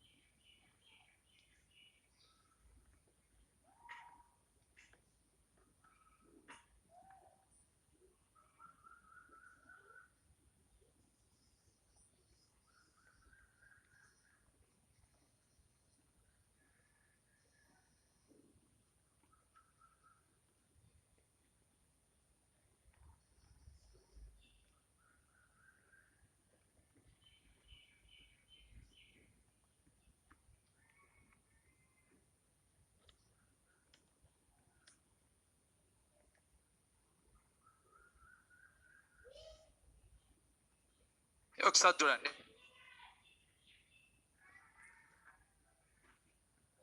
ఒకసారి చూడండి. Crossing the floor, crossing the floor అంటే ఇప్పుడు సభాధిపతి ఇలా నేను నిలబడిన విధంగా సభాధిపతి కూర్చుంటాడు. సభాధిపతి ఎక్కడైనా సార్, అది రాజ్యసభ కానీ, లోక్సభ కానీ, విధానసభ కానీ, విధాన పరిషత్ 4 సభల్లో కూడా సభాధిపతి ఇలా కూర్చుంటే సభాధిపతికి రైట్ సైడ్ మొత్తం కూడా, అంటే ఆయనకు రైట్ సైడ్ మొత్తం కూడా, కుడి పక్క మొత్తం కూడా అధికార పక్ష సభ్యులు ఉంటారు, ఎడమ పక్క మొత్తం కూడా ప్రతిపక్ష సభ్యులు ఉంటారు. కుడి పక్షం మొత్తం కూడా అధికార పక్ష సభ్యులు ఉంటాడు, ఎడమ వైపు మొత్తం కూడా ప్రతిపక్ష సభ్యులు ఉంటారు. అయితే ప్రతిపక్ష సభ్యుడు అధికార పక్ష మంత్రిని ప్రశ్నించేటప్పుడు ఆయన లేచి, అంటే సభ్యులు లేచి డైరెక్ట్ ఏమో మంత్రి నువ్వు ఏది సంగతి అని అంటే మాట్లాడకూడదు. ఈ సభ్యుడు, ప్రతిపక్ష సభ్యుడు అధికార పక్షానికి సంబంధించిన మంత్రిని ప్రశ్నించాలంటే త్రూ స్పీకర్ ద్వారానే ప్రశ్నించాలి. సభ్యుడు స్పీకర్ ద్వారా మంత్రిని ప్రశ్నించాలి. అధ్యక్ష మీ ద్వారా గౌరవనీయులైన ఫలానా శాఖ మంత్రిని నేను అడిగేటటువంటి అంశం ఏమనగా అని చెప్పి ప్రశ్నించాలి. ప్రశ్నించినప్పుడు మంత్రి సమాధానం చెప్పేటప్పుడు కూడా ఆ మంత్రి సమాధానం చెప్పేటప్పుడు ఏందని నువ్వేమో అడుగుతున్నావు, ఏం చెప్పు, ఏం సంగతి అట్లా మాట్లాడకూడదు. ఈ మంత్రి కూడా సమాధానం చెప్పేటప్పుడు అధ్యక్ష, గౌరవనీయులైన మీ ద్వారా గౌరవనీయులైన సభ్యుడు ఫలానా సభ్యుడు అడిగిన ప్రశ్నకు మా ప్రభుత్వం నేను యాజ్ ఆ శాఖ మంత్రిగా చెప్పే సమాధానం ఏమనగా అని చెప్పాలి. అంటే ఒక సభ్యుడు ప్రభుత్వాన్ని ప్రశ్నించేటప్పుడు త్రూ స్పీకర్ ద్వారానే ప్రశ్నించాలి. ఎట్ ది సేమ్ టైం మరి మంత్రి సమాధానం చెప్పేటప్పుడు కూడా స్పీకర్ ద్వారానే ఆ సభ్యునికి సమాధానం చెప్పాలి. అయితే ఈ టైంలో సపోజ్ టేక్ ఫర్ ఎగ్జాంపుల్, సభ్యుడు ప్రశ్నిస్తున్నాడు, ఎవరి ద్వారా? ఈ స్పీకర్ ద్వారా మంత్రిని ప్రశ్నిస్తున్నాడు. ఈ ప్రశ్నించే సభ్యుడికి స్పీకర్కు మధ్యలో ఎవరైనా సరే అడ్డంగా నిలబడ్డా, అడ్డంగా ఉన్నా కూడా అలాంటి వ్యక్తిని క్రాసింగ్ ది ఫ్లోర్ అంటాం. లేకపోతే సమాధానం చెప్పే మంత్రికి సభాధిపతికి మధ్యలో ఎవరైనా అడ్డంగా నిలబడితే దాన్ని క్రాసింగ్ ది ఫ్లోర్ అంటాము. అది మళ్ళీ గుర్తుపెట్టుకోండి. క్రాసింగ్ ది ఫ్లోర్ అంటే మాట్లాడే సభ్యునికి సభాధిపతికి మధ్య కానీ, సమాధానం చెప్పేటటువంటి మంత్రికి సభాధిపతికి మధ్య కానీ అడ్డంగా ఎవరైనా వ్యక్తులు నిలబడ్డట్లయితే, అటు ఇటు కదలాడుతూ ఉన్నట్లయితే దాన్ని క్రాసింగ్ ది ఫ్లోర్ అంటాము. అది తప్పనమాట, అది చేయకూడదు. దాన్నే క్రాసింగ్ ది ఫ్లోర్ గా పేర్కొంటాం. అర్థమైందా? అర్థం కాలేదా? నేను ప్రతి ప్రశ్న చెప్తున్నాను. మళ్ళీ మీరేదో నేను చెప్పేటటువంటి అంశాలు వదిలిపెట్టి ఇంకేవో ఆలోచించుకుంటూ ఇంకేం ప్రశ్నలు వేద్దామని అంటే వేయండి, నేనేం వద్దన్నాను. మన సబ్జెక్టుకి సంబంధించిన ప్రశ్నలు మీరు ఎన్ని ప్రశ్నలు వేసినా నేను సమాధానం చెప్పేటట్టుకు సిద్ధమే, దాంట్లో వెనక ఓను. కాకుంటే సబ్జెక్టుకి సంబంధించిన ప్రశ్నలు వేయండి. అర్థమైందా? ఒక సభ్యుడు మాట్లాడేటప్పుడు ఎవరిని ఉద్దేశించి మాట్లాడాలి? సభాధిపతిని ఉద్దేశించి మాట్లాడాలి. ఏది సభ్యుడు లెఫ్ట్ వైపు, నేను చెప్పాను కదా, అది అర్థమైందో కాలేదు. లెఫ్ట్ మొత్తం కూడా ప్రతిపక్షాలు ఉంటాయి, రైట్ మొత్తం కూడా పాలక పక్షం ఉంటది. ఈ పాలక పక్షం సభ్యుడు, ప్రతిపక్షం సభ్యుడు వాళ్ళు మాట్లాడుకోకూడదు, వాళ్ళిద్దరు మాట్లాడుకోకూడదు. ఈయన ప్రశ్న వేసిన స్పీకర్ ద్వారా మంత్రిని ప్రశ్న అడగాలి. ఈ మంత్రి సమాధానం చెప్పిన స్పీకర్ ద్వారా సభ్యునికి సమాధానం చెప్పాలి. అంటే అర్థం ఏంటిది? మంత్రి మాట్లాడినా స్పీకర్ను ఉద్దేశించే మాట్లాడాలి, సభ్యుడు ప్రశ్న వేసినా స్పీకర్ను ఉద్దేశించే వేయాలి. ఆ సభ్యుడు స్పీకర్ను ఉద్దేశించి ప్రశ్న వేసేటప్పుడు, మాట్లాడేటప్పుడు ఈ మధ్యలో వచ్చేవరన్నా అడ్డంగా నిలబడితే దాన్ని క్రాసింగ్ ది ఫ్లోర్ అంటాం. లేదు, మంత్రి సమాధానం చెప్పినా స్పీకర్ ద్వారానే చెప్పాలి. ఆ మంత్రి సమాధానం చెప్పేటప్పుడు స్పీకర్ ఉద్దేశించి మాట్లాడే సందర్భంలో ఈ మంత్రికి సభాధిపతికి మధ్యలో ఎవరన్నా అడ్డంగా నిలబడితే దాన్ని క్రాసింగ్ ది ఫ్లోర్ అంటాం. ఎవడన్నా అర్థమైందా? అడ్డంగా నిలబడితే క్రాసింగ్ ది ఫ్లోర్ అంటాము. అర్థమైందా? అర్థం కాలేదు? ఇదనే చెప్పండి. ఓకేనా? Right. Next, no day yet named motion. No day yet named motion. No day yet named motion English లో ఉంది. కొంచెం మీరు ప్రయత్నం చేస్తే దీనికి కూడా మీరు ఆన్సర్ వెతకటం పెద్ద కష్టమేమీ కాదు. నోటే ఎట్ నేముడు మోషన్ అన్నాం. అంటే అర్థం ఏంటంటే, ఎవరైనా ఒక సభ్యుడు సభాధిపతికి నోటీస్ ఇచ్చాడు, సార్ నేను ఫలానా అంశం పైన నేను తీర్మానం ప్రవేశపెట్టాలనుకుంటున్నాను, లేకపోతే ఫలానా అంశం పైన చర్చించాలని కోరుకోవాలనుకుంటున్నాను, నేను ఈ ప్రతిపాదన చేస్తున్నాను, లేకపోతే నేను ప్రైవేట్ బిల్లును ప్రవేశపెడుతున్నాను అని ఒక నోటీసు సభాధిపతికి ఇచ్చాడు.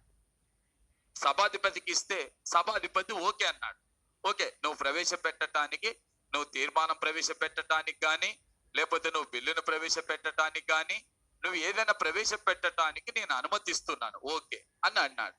కానీ ఆ అనుమతి ఇచ్చిన అంశాన్ని ఏ రోజున, ఏ తేదీన, ఏ సమయంలో ప్రవేశపెట్టాలో ఇంకా డిసైడ్ కాలేదు.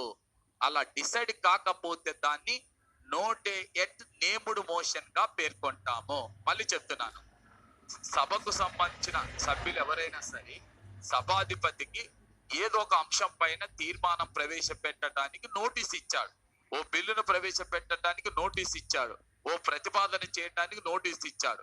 ఆ సభ్యుడిచ్చిన నోటీసును సభాధిపతి అంగీకరించాడు, ప్రవేశపెడదామని చెప్పాడు. కానీ ఈ సభాధిపతి ఏం చేయలేదు, ఇంకా దానికి డేటు టైము డిసైడ్ చేయలేదు. డేటు టైము డిసైడ్ చేయకపోతే దాన్ని no day yet named motion గా పేర్కొంటాం. ఆ బిల్లుకు, ఆ తీర్మానానికి సభాధిపతి టైం డిసైడ్ చేయలేదు, డేట్ డిసైడ్ చేయలేదు, టైం డిసైడ్ చేయలేదు. చేయకపోతే దాన్ని no day yet named motion గా పేర్కొంటాం. ఈయన అంగీకారం అంటే సూత్రపాయంగా తెలిపాడు, ఓకే నువ్వు ప్రవేశపెట్టొచ్చు, నేను అనుమతిస్తాను. కానీ ఎప్పుడు అనుమతిస్తాను, ఏ డే ఏ టైం అని చెప్పలేదు. చెప్పకపోతే దాన్ని ఏమంటాము, no day yet named motion గా పేర్కొంటాం. రైటా, క్లారిటీ ఉందిగా. Next spoiled vote. Spoiled vote అంటే ఇక్కడ ఏంటంటే మనం ఓటేస్తాం మామూలుగా ఈ గ్రామ పంచాయతీ ఎన్నికలప్పుడు కానీ, స్థానిక స్వపరిపాలన సంస్థల ఎన్నికలప్పుడు కానీ, లేకపోతే ఎమ్మెల్సీ ఎన్నికలప్పుడు కానీ పేపర్ మీద ఓటేస్తాం. మిగతావేమో మామూలుగా ఎలక్షన్స్, ఇప్పుడు మనకు లోక్సభ ఎన్నికలకు కానీ శాసనసభ ఎన్నికలు అయితేనే ఈవీఎంలే ఉంటాయి కదా. మిగతావి ఎలా ఉంటవి, గ్రామ పంచాయతీ ఎన్నికలు కానీ, మండల పరిషత్ ఎన్నికలు కానీ, జిల్లా పరిషత్ ఎన్నికలు కానీ, లేకపోతే ఇతర ఎన్నికలు ఎమ్మెల్సీ ఎన్నికలు కానీ, లేకపోతే ఈ మున్సిపల్ ఎన్నికలు కానీ, ఇవన్నీ బ్యాలెట్ పేపరే ఉంటది కదా. ఆ బ్యాలెట్ పేపర్ మీద ఓటేసేటప్పుడు నువ్వు ఓటేసి ఆ స్వస్తిక్ మార్కుని దీనికోదానికి ఓటేసి నువ్వు కామ్గా వస్తే ఏం కాదు. నువ్వు దాన్ని ఓటేసిన తర్వాత దాని మీద సంతకం చేయటం, నువ్వు అనేక రకాలుగా రాయటం చేస్తే ఆ ఓటు స్పాయిల్ అవుతుంది. దాన్ని స్పాయిల్డ్ ఓట్. రాతలు రాయొద్దు, రాస్తే ఆ ఓటు చెల్లదు.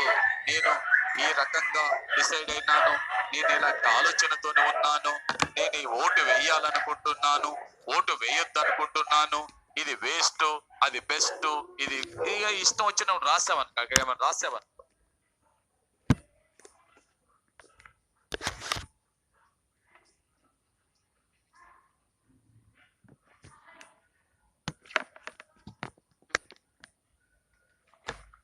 ఇది ఒక టేబుల్ కు నేను సూపర్వైజర్గా చేశాను. చేసినప్పుడు ఆ ఓట్లు లెక్కించేటప్పుడు అది అప్పుడు క్రికెట్, అది అప్పుడు వరల్డ్ కప్ ఏదో జరుగుతుంది. వినోద్ కాంబ్లీని ఎవరిని సెలెక్ట్ చేయలేదు. చేయకపోతే దాదాపు 20-30 ఓట్ల పైన వినోద్ కాంబ్లీని చేయనందుకు గాను నేను ఓటును బహిష్కరిస్తున్నానని చెప్పి ఒకటి రాయా, ఒకడేమో ఓటేసి మళ్ళీ రాయా, ఇట్లా రకరకాలుగా చేశారు. అలా ఎవరైనా చేస్తే దాన్ని స్పాయిల్డ్ ఓట్ అంటాము. అంటే ఆ ఓటు చెల్లదు, స్పాయిల్ అయిపోయింది, అంటే మురిగిపోయింది, వేస్ట్ అయిపోయింది, దాన్నే స్పాయిల్డ్ ఓటుగా పేర్కొంటాం. నువ్వు మామూలుగా ఓటు వేసి వస్తే పని అయిపోతుంది, బట్ దాని మీద మళ్ళీ నువ్వు నీ ఇష్టం వచ్చి కథలన్నీ రాస్తే దాన్ని స్పాయిల్డ్ ఓటుగా పేర్కొంటాం. తర్వాత ఫ్లోటింగ్ ఓటర్ అంటాం. ఫ్లోటింగ్ ఓటరు అనే పదాన్ని ఇద్దరి కోసం వాడతారు. ఫ్లోటింగ్ ఓటర్ అనే పదాన్ని ఇద్దరి కోసం వాడతారు. ఇద్దరి కోసం ఏంటంటే, ఎవరైనా ఒక వ్యక్తి, అంటే ఒక ఓటర్ ఎవరైనా సరే, ఏ ఓటర్ అయినా, ఒక్కరు కావచ్చు, 100 మంది కావచ్చు, 1,00,000 మంది కావచ్చు, ఎవరైనా సరే, ఏ ఓటర్ అయినా సరే ఎవరికి ఓటు వేయాలో డిసైడ్ చేసుకోకుండా, అంటే చివరి వరకు కూడా డిసైడ్ చేసుకోకుండా ఉంటారు. ఉండి చివరి నిమిషంలో ఎవరికొకరికి ఓటేస్తారు. ఎవరికొకరికి అంటే డిసైడ్ చేసుకోకుండా ఉంటాడు, చివరిలో ఎవరికొకరికి ఓటేస్తారు. అలాంటి వ్యక్తిని ఫ్లోటింగ్ ఓటర్ అంటాం. అలాగే మీకు చాలా చోట్ల కొంతమంది ఓటర్లు డిసైడ్ అయి ఉంటారు. మనం ఎవరి దగ్గరికి పోవాలంటే, ఇక వాడు మనకి ఏడు, వాడు ఆ పార్టీ, వాడు మనకి ఏడు డిసైడ్ అయినాడు. ఇంకో దగ్గర మీద ఇక వాడు తెలిసిన వాడు కాంగ్రెస్ వ్యక్తి వేయడు, లేదా ఫలానా ఓటుదే ఆయన బీజేపీ మనకి ఏడు.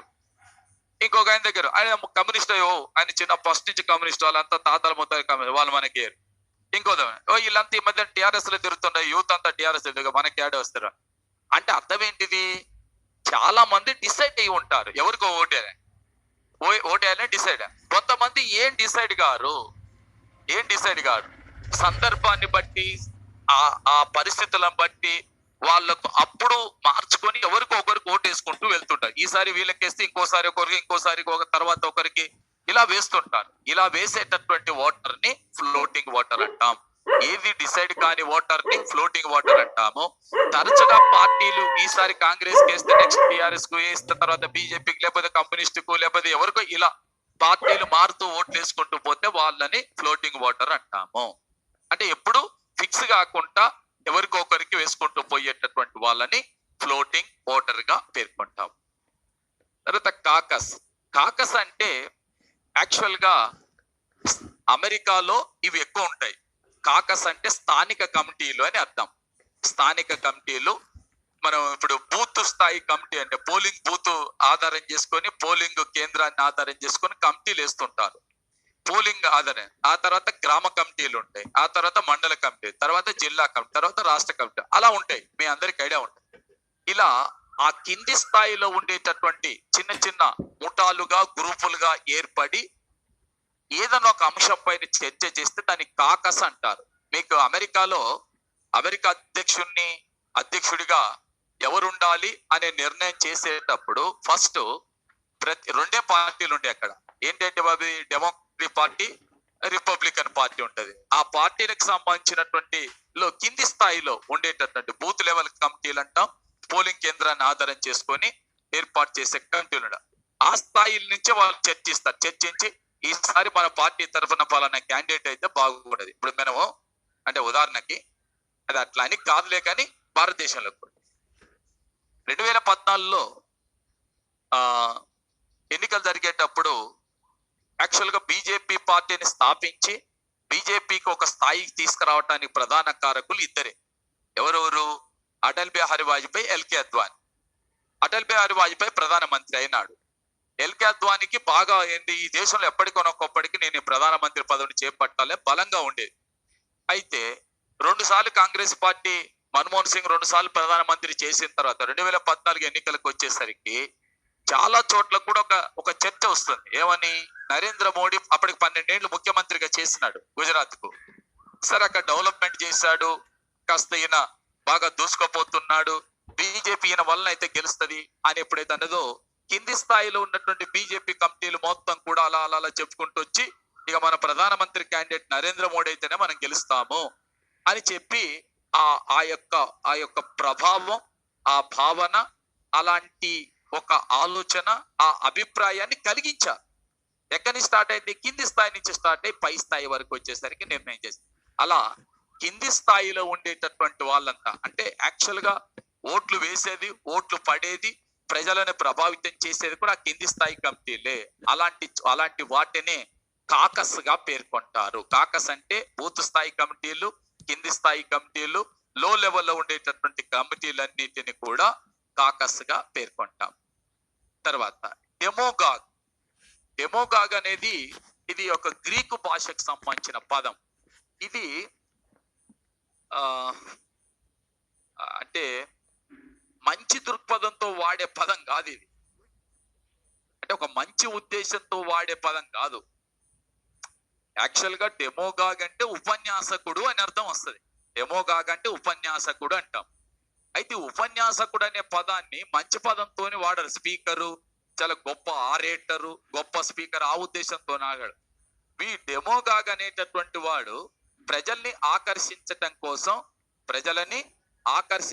కోసం వాడు ఉన్నవి లేనివి అన్నింటినీ కూడా కల్పించి ప్రజలను ఆకర్షించేటట్టుగా, అంటే ప్రజల దృష్టిని తన వైపు ఆకర్షించేటట్టుగా, అబద్ధమైన నిజమైన ఏదైనా సరే అట్లా ఆకర్షించేటట్టుగా, నమ్మించేటట్లుగా ఉపన్యాసాలు ఇచ్చేటటువంటి రెటారిక్. అంటే ఇక ఉపన్యాసం ఇస్తాడు వాళ్ళు అంతే. ఇక ఏదైనా పెట్టుకోండి, ఆ పేర్లు మీరు పెట్టుకుంటున్నారు కదా, మీకు నచ్చిన పేర్లు పెట్టుకోండి. అన్ని అబద్ధాలు చెప్పినా కూడా వాడు ఇక అవే చేస్తాడు అనమాట. ఆ జనాన్ని నమ్మించి తన వైపు నేను చెప్పేది కరెక్ట్ అనిపించుకునేటట్టు చేస్తారు. అబ్బా ఈయన ఎట్లా చెప్తుండు, చాలా గొప్ప ఉన్నట్టుంది, ఈయన బాగా చెప్తుండు, ఈయన బాగా చేసేటట్టుంది అనే విధంగా నమ్మించగలుగుతాడు. అలాంటి వ్యక్తిని డెమోగాగ్ అని. ఇక్కడ ఏంటంటే గ్రీకు దేశంలో ఇక పేర్లు మీరు పెట్టుకోండి స్వామి, నాతో చెప్పించకండి క్లాసులో. ఎందుకంటే నాకు రాజకీయాలు అనేటటువంటి వాటి నుంచి నేను బయటకు వచ్చినాను. అందరూ కొంచెం పేరు వచ్చిన తర్వాత రాజకీయాల్లో పోతారు. నేను రాజకీయాల్లో నుంచి యూనివర్సిటీలతో సహా మంచి స్థాయిలోనే ఉండి నాకు అవి నచ్చక, ఆ దరిద్రం, ఆ కంపు, ఆ ఏమంటా మురికి, అది నచ్చకనే నేను బయటకు వచ్చిన.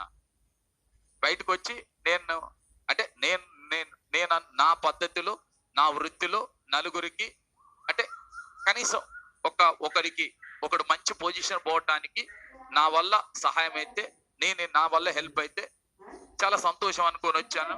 నా వృత్తిలో నేను వెరీ వెరీ సాటిస్ఫాక్షన్ ఉన్నాను. నలుగురు మంచి మంచి లెక్చరరు లేకపోతే మంచి టీచరు అనేటటువంటి పేరు నాకు చాలు. ఈ లైఫ్ నాకు వేరేదేమని, నేను అందులో పోయి ఆ కంపులో ఆ మురికి కూపంలో ఆ గుంటలో కొట్లాడేటటువంటి ఆ బురద పూసుకొని బయటకు వచ్చి నువ్వు లంగా ఈ తిట్టేటటువంటి ఏవైతే ఉన్నదో అలాంటి వాటి జోలికి నేను వెళ్ళదలుచుకోలేదు. నేను అందులో నుంచి వచ్చినాను, యూనివర్సిటీ నుంచి అట్లా వచ్చినాను. ఓకేనా? అందుకోసమే నాకు వాటి జోలి, నేను లెక్చరర్ గానే ఉన్నాను, లెక్చరర్ గా ఉంటాను. నాకు ఇది చాలా చాలా హ్యాపీగా ఉంది. మీకు పాఠం చెప్తుంటే మీరు నన్ను ఒకటి మంచి పొగిడినా, మీరు తిట్టినా, లేకపోతే సార్ మీరు ఇలా చేయండి అని చెప్పినా, లేకపోతే మీరు దాని దగ్గరికి వచ్చినా మీతో కలిసి ఉండటం వల్ల నేను హ్యాపీగా ఫీల్ అవుతాను. ఓకేనా? ఇక నాకు ఏం ఇబ్బంది ఏం లేదు. రైట్?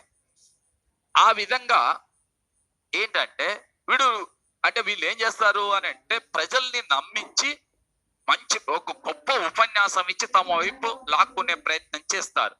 అంటే వాడు చెడైనా సరే మంచి అని చెప్పించేటట్టుగా ప్రయత్నం చేస్తాడు, నమ్మించే ప్రయత్నం చేస్తాడు. ఇక అలాంటి వ్యక్తులు ఎవరైతే ఉంటారో వాళ్ళని మనం డెమోగా అంటాం. ఇది ఇక పేర్లు పెట్టకండి, దాంట్లో అనవసరంగా ఎవరు చెప్పినా తప్పే. ఇప్పుడు సపోజ్ మీరు అంటే ఒకటి చెప్తున్నాను, ఎవరైనా సరే ఏ వ్యక్తి అయినా సరే ఒక వ్యక్తి ఒక మాట చెప్పాడు, ఆ మాట మీద నిలబడితే దాన్ని మనం చాలా గొప్పోడిగా ఫీల్ అవుతాం, చాలా గొప్పోడని. ఆ మాట నిలబడకపోతే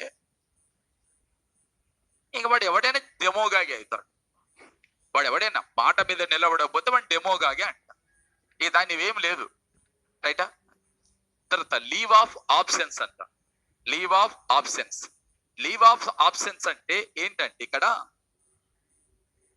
ఇప్పుడు సభా సమావేశాలు జరుగుతున్నాయి. ఏ వ్యక్తి అయినా సరే అంటే లోక్సభ కానీ శాసనసభ సమావేశాలు జరుగుతున్నాయి. ఈ లోక్సభ శాసనసభ సమావేశాలు జరిగేటటువంటి సందర్భంలో ఏ సభ్యుడైనా ఉండి నేను నెక్స్ట్ తదుపరి సమావేశాలకు హాజరు కావటం లేదు, నీకు మిగిలి ఉన్న సమావేశాలకు నేను హాజరు కావటం లేడు, కాబట్టి నెక్స్ట్ రాబోయే సమావేశాలకు నేను అంటే నెక్స్ట్ నడిసే సమావేశాలకు నేను రావటం లేదు. ఎందుకు రావటం లేదంటే ఈ కారణాల చేత రావటం లేదని చెప్పి ఆ కారణాలు చెప్పి సభకు హాజరు కాకుండా ఉంటే దాన్ని లీవ్ ఆఫ్ ఆబ్సెన్స్ గా పేర్కొంటాం. లీవ్ ఆఫ్ ఆబ్సెన్స్ అంటే ఒక పార్లమెంట్ సభ్యుడు కానీ ఒక శాసనసభ సభ్యుడు కానీ జరుగుతున్న సమావేశాలకు హాజరవుతూనే తర్వాత కాలంలో హాజరు కాను అని చెప్తూ ఎందుకు కాడో కారణం చెప్పేటటువంటి దాన్నే లీవ్ ఆఫ్ ఆబ్సెన్స్ గా పేర్కొంటాము. లీవ్ ఆఫ్ ఆబ్సెన్స్ గా పేర్కొంటాం. రైట్? నెక్స్ట్ విప్ అన్నాం.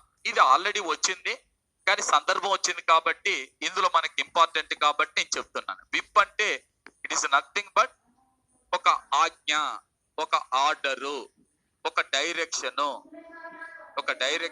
ఒక ఆర్డరు ఇదనమాట. అంటే ఎవరు జారీ చేస్తారు?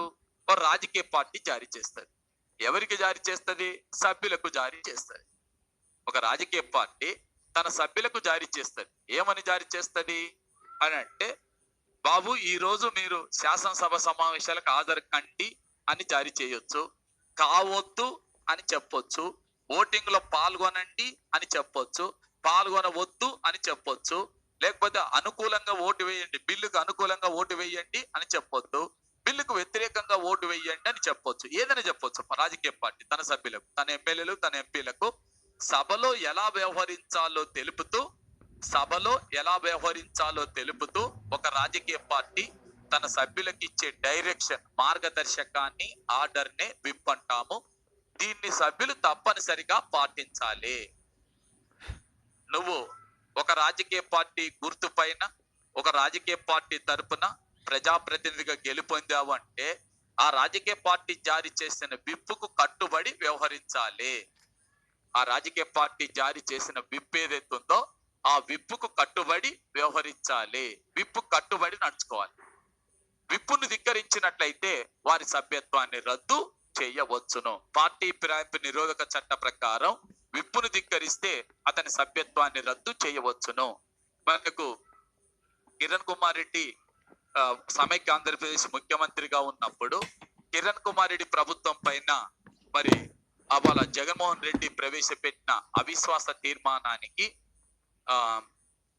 వ్యతిరేకంగా ఓటు వేయాల్సిన కాంగ్రెస్ లోని 7 ఎమ్మెల్యేలు, అసలు ఓటింగ్ లో పాల్గొన్న కూడని 9 మంది తెలుగుదేశం ఎమ్మెల్యేలు వాళ్ళ పార్టీలు జారీ చేసిన విప్పును ధిక్కరించి జగన్మోహన్ రెడ్డి ప్రవేశపెట్టిన తీర్మానానికి అనుకూలంగా ఓటు వేయటంతో జగన్మోహన్ రెడ్డి ప్రవేశపెట్టిన తీర్మానానికి అనుకూలంగా ఓటు వేయటంతో ఆ 16 మందిని విప్పు ధిక్కరించినారన్న కారణం చేత నాటి స్పీకర్ మన దేశ చరిత్రలోని ఎట్ ఏ టైం 16 మంది ఎమ్మెల్యేలని వాళ్ళ సభ్యత్వాన్ని రద్దు చేయటం జరిగింది. రాష్ట్రపతి ఎన్నికల్లో విప్పు జారీ చేయకూడదని అప్పుడే చెప్పాను కదా స్వామి, మళ్ళీ ఎందుకు అడుగుతున్నారు?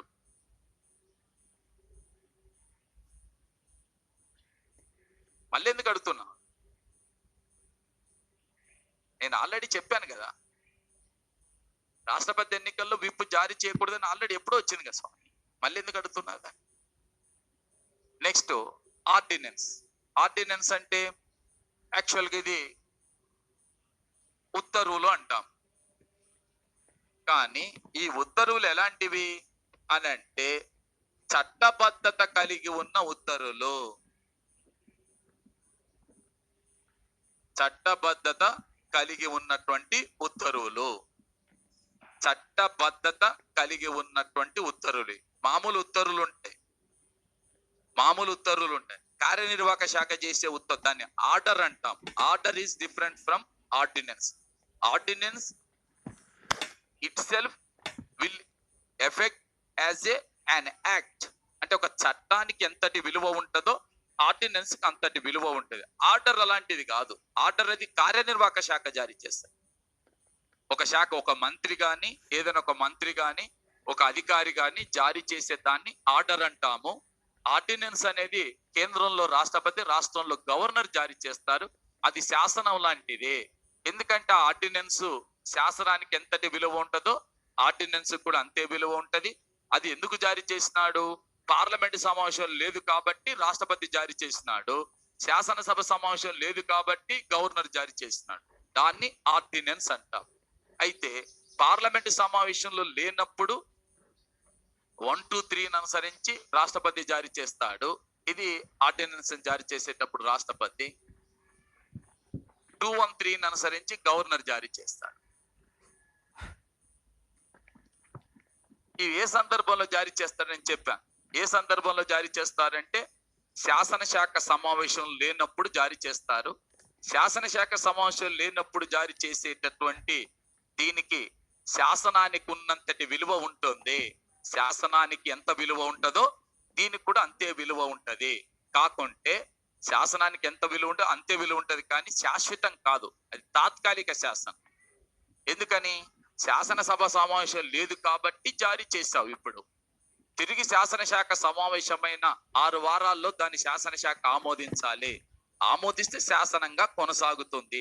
ఆమోదిస్తే శాసనంగా ఆమోదించకపోతే రద్దు అయిపోతుంది. ఎందుకంటే ఒక సమావేశానికి మరొక సమావేశాన్ని మధ్యన 6 నెలలు మించకూడదు. అది పార్లమెంట్ కానీ శాసనసభ కానీ సమావేశాలు ముగిసిన తర్వాత ఎట్టి పరిస్థితులలో కూడా నెక్స్ట్ సమావేశం జరగటానికి 6 నెలలు మించరాదు. 6 నెలల లోపల సమావేశాన్ని ఏర్పాటు చేయాలి. కాబట్టి సమావేశం 6 నెలల లోపల ఏర్పాటు చేయాలి. సమావేశం ఏర్పాటు అయినాక 6 వారాల్లో ఆమోదించాల్సి ఉంటది. కాబట్టి 6 months 6 weeks. సమావేశం అంటే 6 months, సమావేశం అయిన తర్వాత అంటే 6 weeks. కాబట్టి ఆర్డినెన్స్ అనేటటువంటి దానికి విలువ ఉంటుంది. నెక్స్ట్ ఫిలిబస్టరింగ్ అంటాం. ఈ ఫిలిబస్టరింగ్ అంటే మన దగ్గర తక్కువ, ఇది అమెరికాలో ఉంటది. నేను దీన్ని కొంచెం వివరణ ఇస్తాను. అమెరికాలో ఏ సభ్యుడైనా సభలో మాట్లాడేటప్పుడు అంటే అమెరికన్ కాంగ్రెస్ మెంబర్, అంటే సెనేట్ మెంబర్ కానీ ప్రతినిధుల సభకు సంబంధించిన సభ్యుడు కానీ అమెరికన్ కాంగ్రెస్ అంటారు. మనమేం పార్లమెంట్ అంటాం, వాళ్ళు కాంగ్రెస్ అంటారు. వాళ్ళు సెనేట్ అంటారు, మనం రాజ్యసభ అంటాం. వాళ్ళు ప్రతినిధుల సభ అంటారు, మనం లోక్సభ అంటాం. ఓకేనా?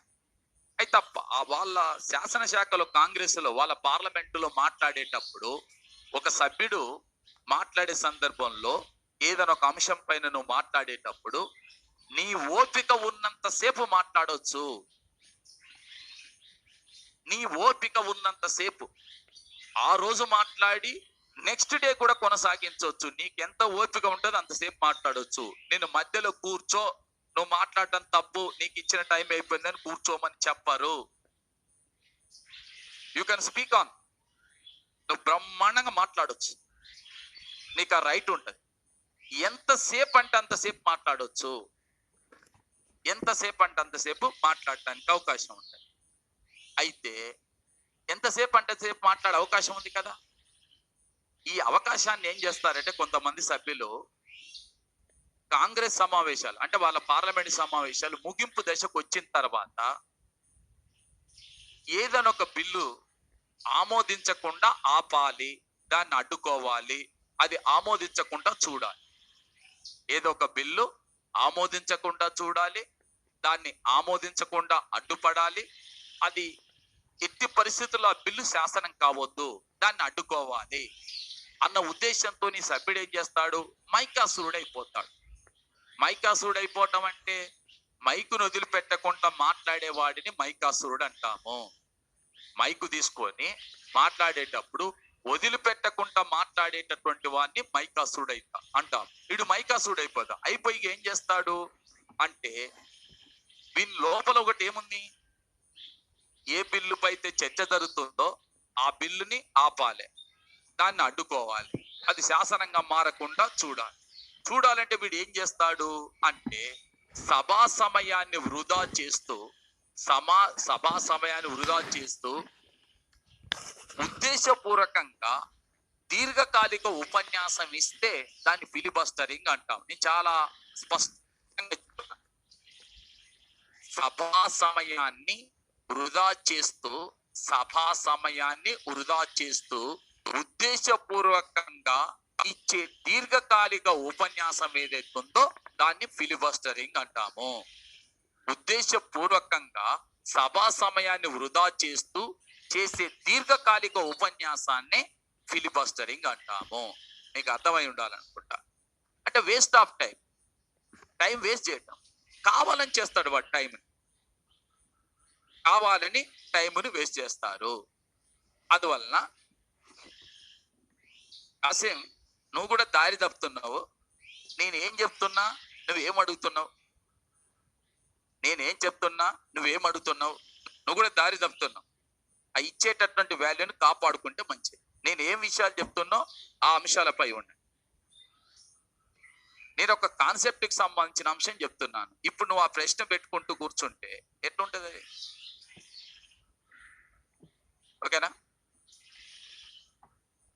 ఇక్కడ చూడండి, మీకు ఇంకోటి ఏంటంటే నేను చెప్తున్నా, మనకు పార్లమెంట్కి సంబంధించింది ఇంకా కూడా మనకు ఒక మినిమం 2 క్లాసెస్ అయితే మినిమం 2 క్లాసెస్ పడతాయి. అయిపోయిన తర్వాత మీ ప్రశ్నలు వేయండి, నేను చెప్తా. ఊరికే దాంట్లో పెట్టండి. ఇక్కడ చెప్పేటప్పుడు ఏమన్నా అర్థం కాకపోతే దాని గురించి వివరిస్తాను. కానీ ఇక మీరు ఎప్పుడెప్పుడో పాతవి తీసుకొచ్చి ఇక్కడ పెడితే నేను చెప్పేది అయిపోద్ది, ఆ ఫ్లో పోద్ది, అది పోద్ది. ఓకేనా? అంటే వీడు ఫిలిబస్టరింగ్ లో ఏం చేస్తున్నాడు అని అంటే వాడు ఉద్దేశపూర్వకంగా ఆ బిల్లును అడ్డుకోవాలి, అది శాసనం కాకుండా చూడాలి. కాబట్టి వీడి టైం ఏం చేస్తాడు? Waste of killing the time అనమాట. అంటే ఒక ఏంటిది సభా సమయాన్ని వృధా చేస్తూ ఉద్దేశపూర్వకంగా చేసే దీర్ఘకాలిక ఉపన్యాసం. ఈ 3 పదాలు ఇంపార్టెంటే. సభా సమయాన్ని వృధా చేయడం ఇంపార్టెంటే, అంటే దాంట్లో ఉన్న అంశమే. ఉద్దేశపూర్వకంగా చేసే ఉపన్యాసం అనేది వాస్తవమే. అది దీర్ఘకాలికంగా చేస్తాడు అంటే దీర్ఘకాలికంగా సభా సమయాన్ని వృధా చేయటం కోసం ఉద్దేశపూర్వకంగా దీర్ఘకాలికంగా చేసే ఉపన్యాసమే ఫిలిబస్టరింగ్ అంట. ఎందుకు వచ్చింది అమెరికాలో అంటే నేను ముందే చెప్పాను, అమెరికాలో నీకు నిర్దిష్ట టైం లిమిట్ ఉండదు. నువ్వు ఇంత టైం లోపల మాట్లాడాలి, నువ్వు చర్చ ముగించాలి అని చెప్పేది ఉండదు. నీ ఓపిక ఉన్నంతసేపు నువ్వు మాట్లాడవచ్చు. ఓకేనా? నీ ఓపిక ఉన్నంతసేపు నువ్వు మాట్లాడే అవకాశం ఉంటది. ఎక్కడ? అమెరికాలో. కానీ భారతదేశానికి వచ్చేసరికి ఏముంటదంటే ఈల్డింగ్ ది ఫ్లోర్ అంటాము. Yielding the floor. Yielding the floor అంటే అర్థం ఏంటిది అంటే, ఈల్డింగ్ ఫ్లోర్ అంటే అర్థం ఏంటంటే, మీకు ఏ సభ్యుడికైనా సరే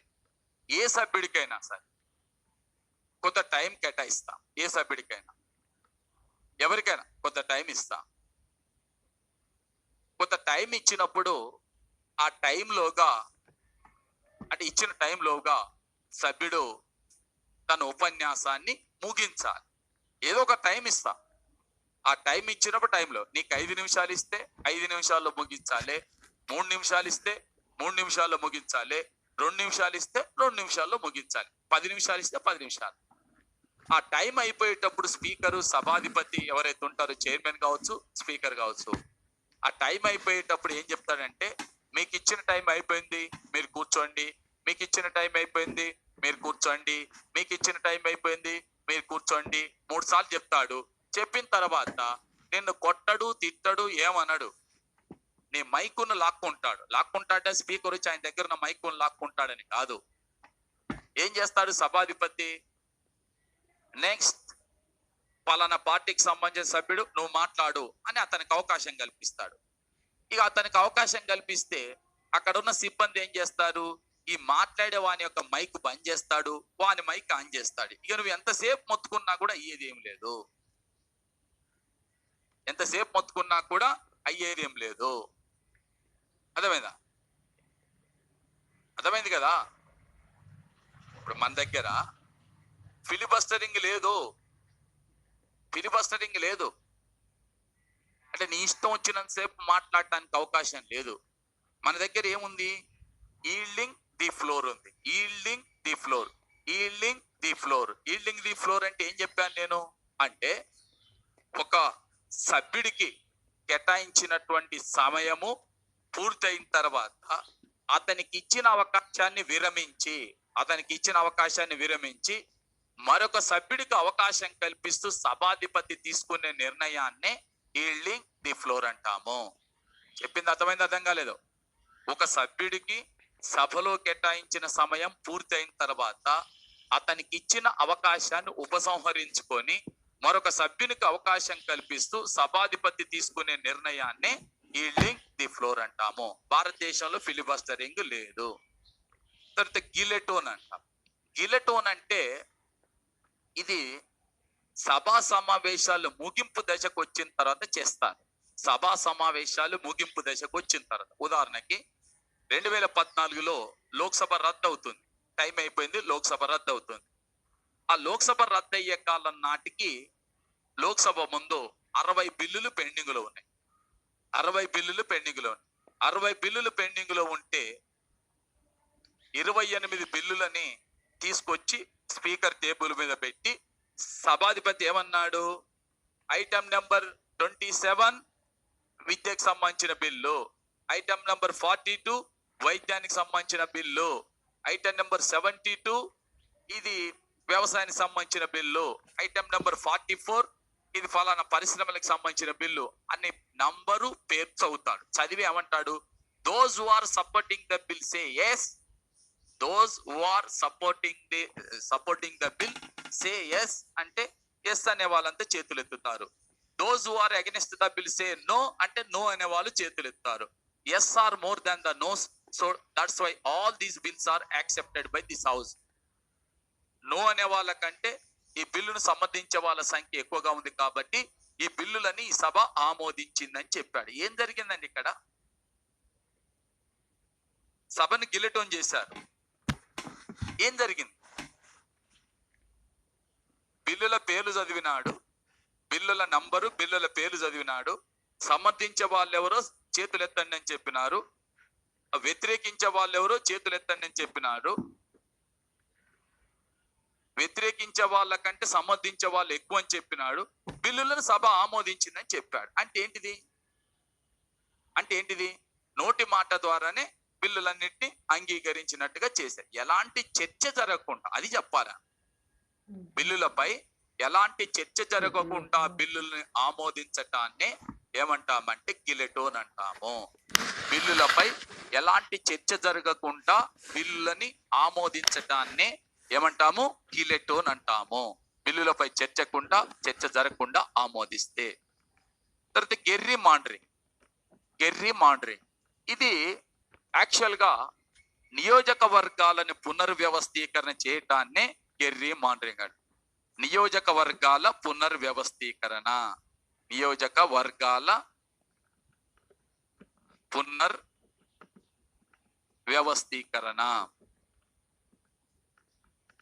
దీన్నే గెర్రీ మాండరింగ్ అంట. యాక్చువల్గా మీకు ఎంతమందికి ఐడియా ఉందో, గెర్రీ మాండరింగ్ అనేది ఒక్కటే మాటలో చెప్పాలంటే శాసనసభ లేక పార్లమెంటు నియోజకవర్గాల పునర్వ్యవస్థీకరణను గెర్రీ మాండరింగ్ గా పేర్కొంటాం. నియోజకవర్గాల పునర్వ్యవస్థీకరణ ఏదైతే ఉందో దీన్ని గెర్రీ మాండరింగ్ గా పేర్కొంటాం. నియోజకవర్గాల పునర్వ్యవస్థీకరణను గెర్రీ మాండరింగ్ అంటాము. అసలు ఇది ఏంటిది? పేరు ఇది. చాలా మందికి ఏముంటదంటే గెర్రీ మాండరింగ్ అంటే అది పదం అనుకుంటున్నారు. పదం కాదు, అది పేరు.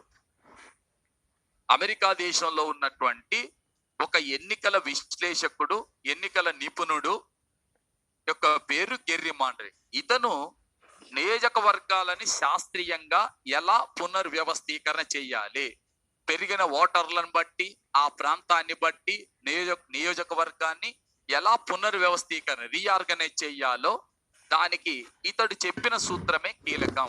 దాన్ని అనుసరించే అమెరికాలో నియోజకవర్గాల పునర్వ్యవస్థీకరణ జరిగింది. దాన్ని అనుసరించే నియోజకవర్గాల పునర్వ్యవస్థీకరణ జరగటాన్నే గెర్రీ మాండరింగ్ అంటాం. అది లాస్ట్ కు దేశం మొత్తం మీద ప్రపంచంలో కూడా అది పేరు వచ్చేసింది.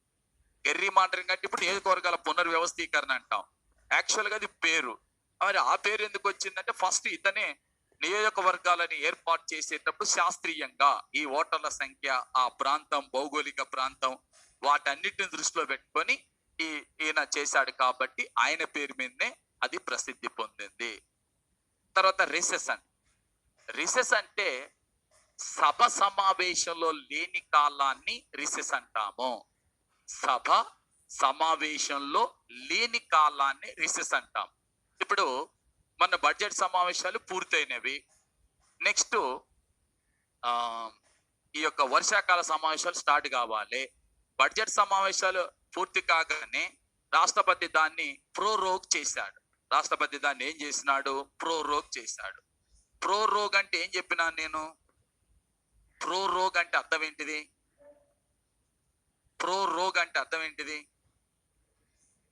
దీర్ఘకాలిక వాయిదా వేయటాన్నే ప్రోరోగ్ అంటాం. దీర్ఘకాలిక వాయిదా వేస్తే ప్రోరోగ్ అంటాం. అయితే ఇప్పుడు మీకు ఒకవేళ బడ్జెట్ సమావేశాలు జరిగిన తర్వాత వర్షాకాల సమావేశాల వరకు ఏదైతే ఉన్నదో దీని వరకు ఈ బడ్జెట్ సమావేశాల తర్వాత సభను ఏం చేసినారు? వాయిదా వేశారు. ఈ వాయిదా ఏంటిది? దీర్ఘకాలిక వాయిదా. ఇలా దీర్ఘకాలిక వాయిదా వేయటాన్నే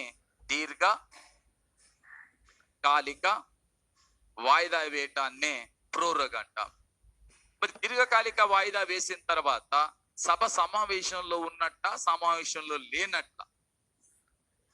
సభని దీర్ఘకాలికంగా వాయిదా వేసిన తర్వాత సభ సమావేశంలో ఉన్నట్ట, లేనట్ట? లేదు. లేని కాలాన్ని ఏమంటున్నాము? రిసెస్ అంటాము. సభ సమావేశంలో లేని కాలాన్ని రిసెస్ అంటాం. ఈ రిసెస్ ఉన్న కాలంలోనే, అంటే ప్రోరోగు చేస్తే రిసెస్ ఉన్న కాలంలోనే ఆర్డినెన్సులు జారీ చేయాలి. ఇది లెక్క. రిసెస్ ఉన్న కాలంలోనే నువ్వు ఆర్డినెన్సులు జారీ చేయాలి. అర్థమైందా? సమావేశాలు జరుగుతున్న సమావేశాలని ప్రోరోగు చేసేది రాష్ట్రపతి. ప్రోరోగు అంటే దీర్ఘకాలిక వాయిదా. ఆ దీర్ఘకాలిక వాయిదా వేసినప్పుడు సభ సమావేశంలో ఉండదు. సభ సమావేశంలో లేని కాలాన్ని రిసెస్ అంటాం. ఈ రిసెస్ లోనే ఆర్డినెన్సులు జారీ చేయాల్సి ఉంటది. ఇప్పుడు మనకు సభని వాయిదా వేసేటప్పుడు సపోజ్ అడ్జోర్న్ అన్నాం అనుకోండి. అడ్జోర్న్ అంటే ఏంటిది? ఇది తాత్కాలిక వాయిదా. తాత్కాలిక వాయిదా అంటే ఓ గంటకు వాయిదా వేయొచ్చు, ఒక గంటకు వాయిదా వేయొచ్చు, అరగంటకు వాయిదా వేయొచ్చు, మధ్యాహ్నానికి వాయిదా వేయొచ్చు, మరుసటి రోజుకు వాయిదా వేయొచ్చు, సండే వస్తే మండేకు కూడా వాయిదా వేయొచ్చు. అలా సభని తాత్కాలికంగా సభను వాయిదా వేసేటప్పుడు నెక్స్ట్ సమావేశం ఎప్పుడు జరుగుతుందో ఆ టైము డేటు చెప్పి సభని వాయిదా వేస్తే దాన్ని అడ్జోన్ అంటాం. అలా కాకుండా ఏమీ చెప్పకుండా అర్ధంతరంగా వాయిదా వేస్తే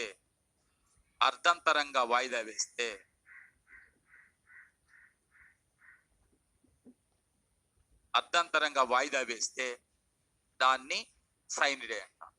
టైము డేటు చెప్పకుండా వాయిదా వేస్తే ఏమంటాము? టైము డేటు చెప్పకుండా నెక్స్ట్ సమావేశం ఎప్పుడు జరుగుతుందో ఆ జరిగే సమావేశం యొక్క తేదీని సమయాన్ని చెప్పి వాయిదా వేస్తే, నెక్స్ట్ సమావేశం జరిగే తేదీని సమయాన్ని చెప్పి వాయిదా వేస్తే అడ్జోన్ అంటాం. టైము డేటు చెప్పకుండా వాయిదా వేస్తే, నెక్స్ట్ సమావేశం జరిపే తేదీని సమయాన్ని చెప్పకుండా వాయిదా వేస్తే సైన్ డే. చెప్పి వాయిదా వేస్తే అడ్జోన్, చెప్పకుండా వాయిదా వేస్తే సైన్ డే. దీర్ఘకాలిక వాయిదా వేస్తే ప్రోరోగ్ ఎవరు చేస్తారు? ప్రోరోగు కేంద్రంలోనైతేనేమో రాష్ట్రపతి చేస్తాడు, ఓకేనా, రాష్ట్రంలో అయితే గవర్నర్ చేస్తారు. కానీ ఈ రెండింటిని కూడా సభాధిపతులు చేస్తారు.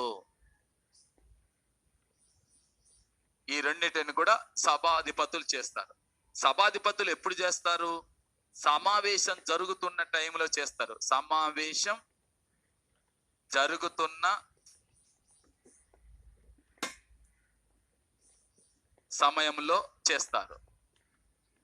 సమావేశం జరుగుతున్న సమయంలో అడ్జోర్న్ అనే చేస్తారు, సైన్ డే అనే చేస్తారు. కానీ ఇదేంటిది? సమావేశాలు ముగిసిన తర్వాత